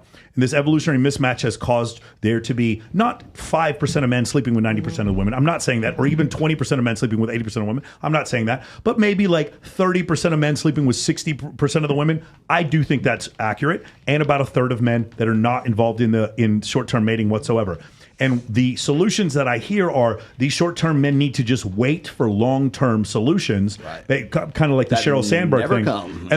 But my issue is these guys are basically, from the female's perspective, these are simps waiting at the finish line when the girl is through having her fun, and then we get to the point where they want to settle. Yeah, betas and waiting. And I'm like, I'm sorry, I know that may be your advice, and you may be saying that's how things pan out. That is not good advice for long-term happiness. I'm sorry. Being with a woman who doesn't genuinely desire me is a leading cause of divorce. And when that divorce happens, my likelihood of taking my own life goes up 9x. Right. So because of that, I do not recommend you don't participate in short-term dating and then wait for your future mate to jump into long-term dating. Right. That would be my advice. I would also point out, just to put a period on that, is that we live in the age of perception. As I was saying before, we would rather swipe left or swipe right on a Tinder because we've made it as easy as going and getting a Big Mac down at fast food. Okay, we have made it. It's too easy. So as I was saying before, like when we used to use like Match.com, Plenty of Fish, whatever the hell, everybody used to be very involved and it was very cerebral and people really wanted to make sure that they're, I like long walks on the beach and that shit. Right? You had to invest something. No longer. All we do now is, does he look cute enough for me to want to hang out with this guy? Swipe, swipe, swipe. It's all about, we live in the age of perception right now. So image is everything. So when people say, well, they will criticize Fresh and Fit or they'll criticize us and say, well, Rollo, not all these girls are getting, flued out to yacht parties with Drake, right? And in Florida or something. And that's not the point. The point is that the perception is that other bitches are getting flown out to Miami and they might be the next one. So therefore, it's like, I'm not going to go out with this guy who might be a good match for me here at UC, Arizona, Arizona State. And rather than like do that, I'm going to wait until like if this bitch can get flown out, then I sure as hell can, because there's that sort of inflation of entitlement and ego. hubris and ego, and it's just this overinflation of all of this. So. When we bring that up, anytime you bring up unflattering statistics about women, and even if it's just in the perception of it, there's always going to be people who are going to jump to their defense. There's always going to be a white knight. There's always white knighting will always happen because, again, it's intersexual combat between two men, right? Because it's like, well, if they tend to go for the alphas, then what we have to do is form a coalition of betas and bring that guy down. And the way we do it now is we do it online with just bullshit straw man, TikTok videos and 45-second YouTube shorts. So yeah, definitely. And the thing is, like, what talking about defend women, I'm here to defend women. That's the point. Like the point is, let's not be delusional. Let's have a happier life. I don't tell you that because I don't like you. I tell you that because I do like you. That's the point, right? 30% of men on Tinder are married. That is an unflattering statistic to men. Men cheat more than women. Now, I'm starting to hear from a lot of people that women cheat more than men. I have not seen the data to back that up, but that's an unflattering characteristic to men. Absolutely. 98% of pornography is consumed by men. That is an unflattering statistic to men. I will give you all the unflattering statistics to men that you want, and none of this will go viral, and no one will give a shit. But if I say one thing that is slightly critical of women, and I don't mean to do so to be unfair, then all of a sudden it does go viral, but then there's a bunch of people reacting to my clip saying that all I do is bash women, and I don't. Yes. So that's the only thing that I find to be unfair. Straw man until you get the content. The algorithm has made it so. Not on TikTok. On TikTok, it's the complete opposite. Yeah, but on the other platforms, the algorithm has made certain things go viral and certain things not go viral. Cool. So can I add something to that real quick? Because one thing I do think is interesting, and I would love to hear your guys' opinion on it too, is women are now more educated than men. More women are getting their degrees. More women are going to college than men. Yes. Yeah. And so because of that, I think the word is women are homogenous. Is that the word I mean? Homogenous would mean all the same. What do you mean? Autonomous. No, it sounds something like that. It'll come to me. I'm blanking right now, but it's basically hypergamous. Hypergamous. Thank you. That's the word I'm looking for. And women, they always have been, but go ahead. Yes, but it's because more women are getting educated now. They won't even give a man a chance. Yes, in the sense that was of that. that was the whole thing that we showed earlier. Yes. And I think it's like going back to perception. I don't think going to college makes you smarter. I think it just means you had opportunities to actually focus, and you had the ability to go to get an education. Maximize your potential. Yes. Exactly. And I think a perception in the U.S. is like a lot of women don't even give a guy a chance if they don't have a college degree. And there's very successful people and entrepreneurs especially that don't need that. And so what are your thoughts on maybe how's the best way to maybe change women's perception on education in that sense? Because I think that takes out a lot of men I don't know that women care as much if you have a bachelor's if you drive a Lambo. Like I don't think they care that much. They don't care about your struggles. But not majority of people don't drive a Lambo. Yeah, I know. But what I'm saying is, like, if we rent them. If we go through, it's true. If we go through Elon Musk, he did not finish his PhD. A lot of people think he does. He does not have a PhD in material physics, but he knows everything you'd need to have one. And Gates did not finish his bachelor's from Harvard. Who else? Zuckerberg also dropped out of Harvard, did not get his bachelor's in there. So it is interesting. I do think being successful can kind of counteract the whole. I just don't hear women saying bachelor's degree. I just don't see women caring that much. What's happened though is affluence. What's happened though is that especially in certain vocational careers, you do need a bachelor's degree to get certain careers, and because of that, what you're going to find is that women are going to have careers where they start making more and more money, and because of the hypergamous nature, which has been the same way, hypergamy exists with other two gender species. It's always been that way. And so now what the difference is, just imagine if women all of a sudden one day grew taller and all women were 6 feet tall and all women wanted to date men that were taller than them, the number of men that they'd be able to choose from would be reduced significantly. So let's forget being taller. What if women all of a sudden just started making more money and wanted to date men who made more money than them? What would happen? The number of men that they would be able to choose from would be reduced significantly. And those men who did meet that criteria would have outrageous numbers of options. Despite... sorry, go ahead. So I think like with people who go to like say university, college, whatever, the only difference between someone who is going to get hired maybe before them is just because they have that piece of paper. That's it. We don't care. I mean, if you're a sales guy, nobody gives a shit. No, but if you play quarterback or you're in sales, we don't care. You don't really need a degree in order to become something that you want to be. Yeah, there's just so much competition, and like with the internet now, like for instance, in the Bay, I'm not competing against people working just in the Bay. I'm competing with people all over the world that are playing for the same job. So I get where I've got my opinions on when it comes to like education as it is. Anyways, I think education is valuable just in the sense that it's like an education is its own reward. You should be a well-balanced, you should be able to speak knowledgeably on a great many topics. Okay, so that's number one. The other thing is I don't like the way we do education now. I agree. Okay, so I'm not saying like in an ideal sense, yes, going to university, going to school, if you're an artist, going to an atelier. It's a diploma mill is what it is. It's a scam. That's why I said I don't like the way we do it now. But I think the initial idea of a university is absolutely. I think it's essential so that you can maximize the talents that you have. Like I have 2 degrees. I've got one in psychology. I have a bachelor's of fine arts. Okay, I have used both of those really, really well in my lifetime. Okay, so people say, "Well, bachelor's of fine arts, that's a useless degree." Bullshit. Yeah, that's a bachelor's of fine arts like right Hitler there. right there. That's a bachelor's of doing Aaron Clary's covers for his books. That's the kind of thing. So. But getting back to the hypergamy thing is that for women there's 2 sides of hypergamy, and people still need to get this through their fucking head, is that it's alpha fucks, beta bucks. Okay, the beta buck side, this is the red pill, idiom or maxim, right? So the beta buck side of it is provisioning, protection, and parental investment. Okay, it's the things that make a guy attractive. It's a guy who is a good bet for your babies. He's going to be a good father. He can provide, and he is going to protect you. And he mans up and has money and has long-term security. Then there's the guy that you really want to fuck. There's the guy who looks like Jason Momoa. There's the guy who's just like, he's the short-term sexual, as we were saying before.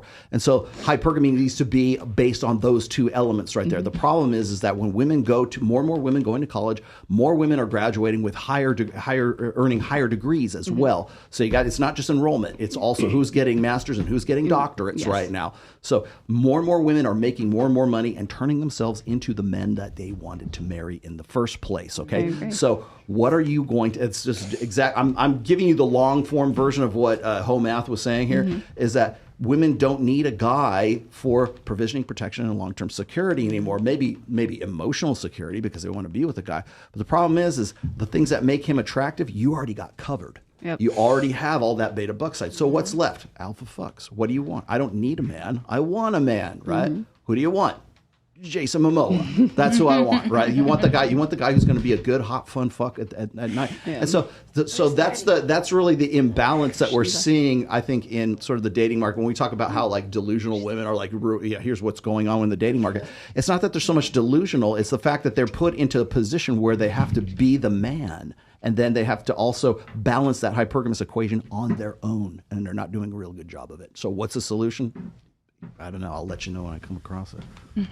Anyways, we will all be fucking robots. Exactly. I'm a robot. So what are we doing? When's the next show? Is going to be in December. Yeah, next show. We're either going to be the 7th, the 14th, or the 21st. We haven't decided yet. We got the 21st on. For sure. We're going to do that. We got to figure that out. Where are we going to be next week? Next week I'm going to do the 25th. I'm hosting the Teddy Ball. It's for children in orphanages. We're collecting stuffed animals. That is going to be in San Diego. On the 30th, I'm going to be. We will be. I'll go. Yeah, 30th. What date is that? The 25th in San Diego. Okay. Yeah, if you guys want to go, let me know. I'll be there on the 23rd. I might be there. I'm from San Diego. I'll put you on the list there. And then on the 30th, it's going to be Babes in Toyland Toy Drive for the Midnight Mission. It's a homeless shelter. And we're going to be having every single Instagram model in all of Los Angeles collecting toys and guilting men into writing checks for homeless children. Yes, that's going to be happening. We're going to try to get 2 18-wheelers full of toys on the 30th for Babes in Toyland Charity. If you guys want to check that out, go to Babes in Toyland Charity on Instagram and tell Steve I sent you. 30th. I wish that I met you that night when I did Babes in Toyland. I seen you, but I didn't talk to you. That's funny. Beautiful. All right, awesome. Let's go. Cool. Thanks, Chase, for keeping us. Appreciate it, Chase. Thank you. Thank you guys for sitting around with us. 3 hours of spreading misinformation, and we will see you guys in a few weeks. Doing it next week. Bye, guys. Bye. Peace out.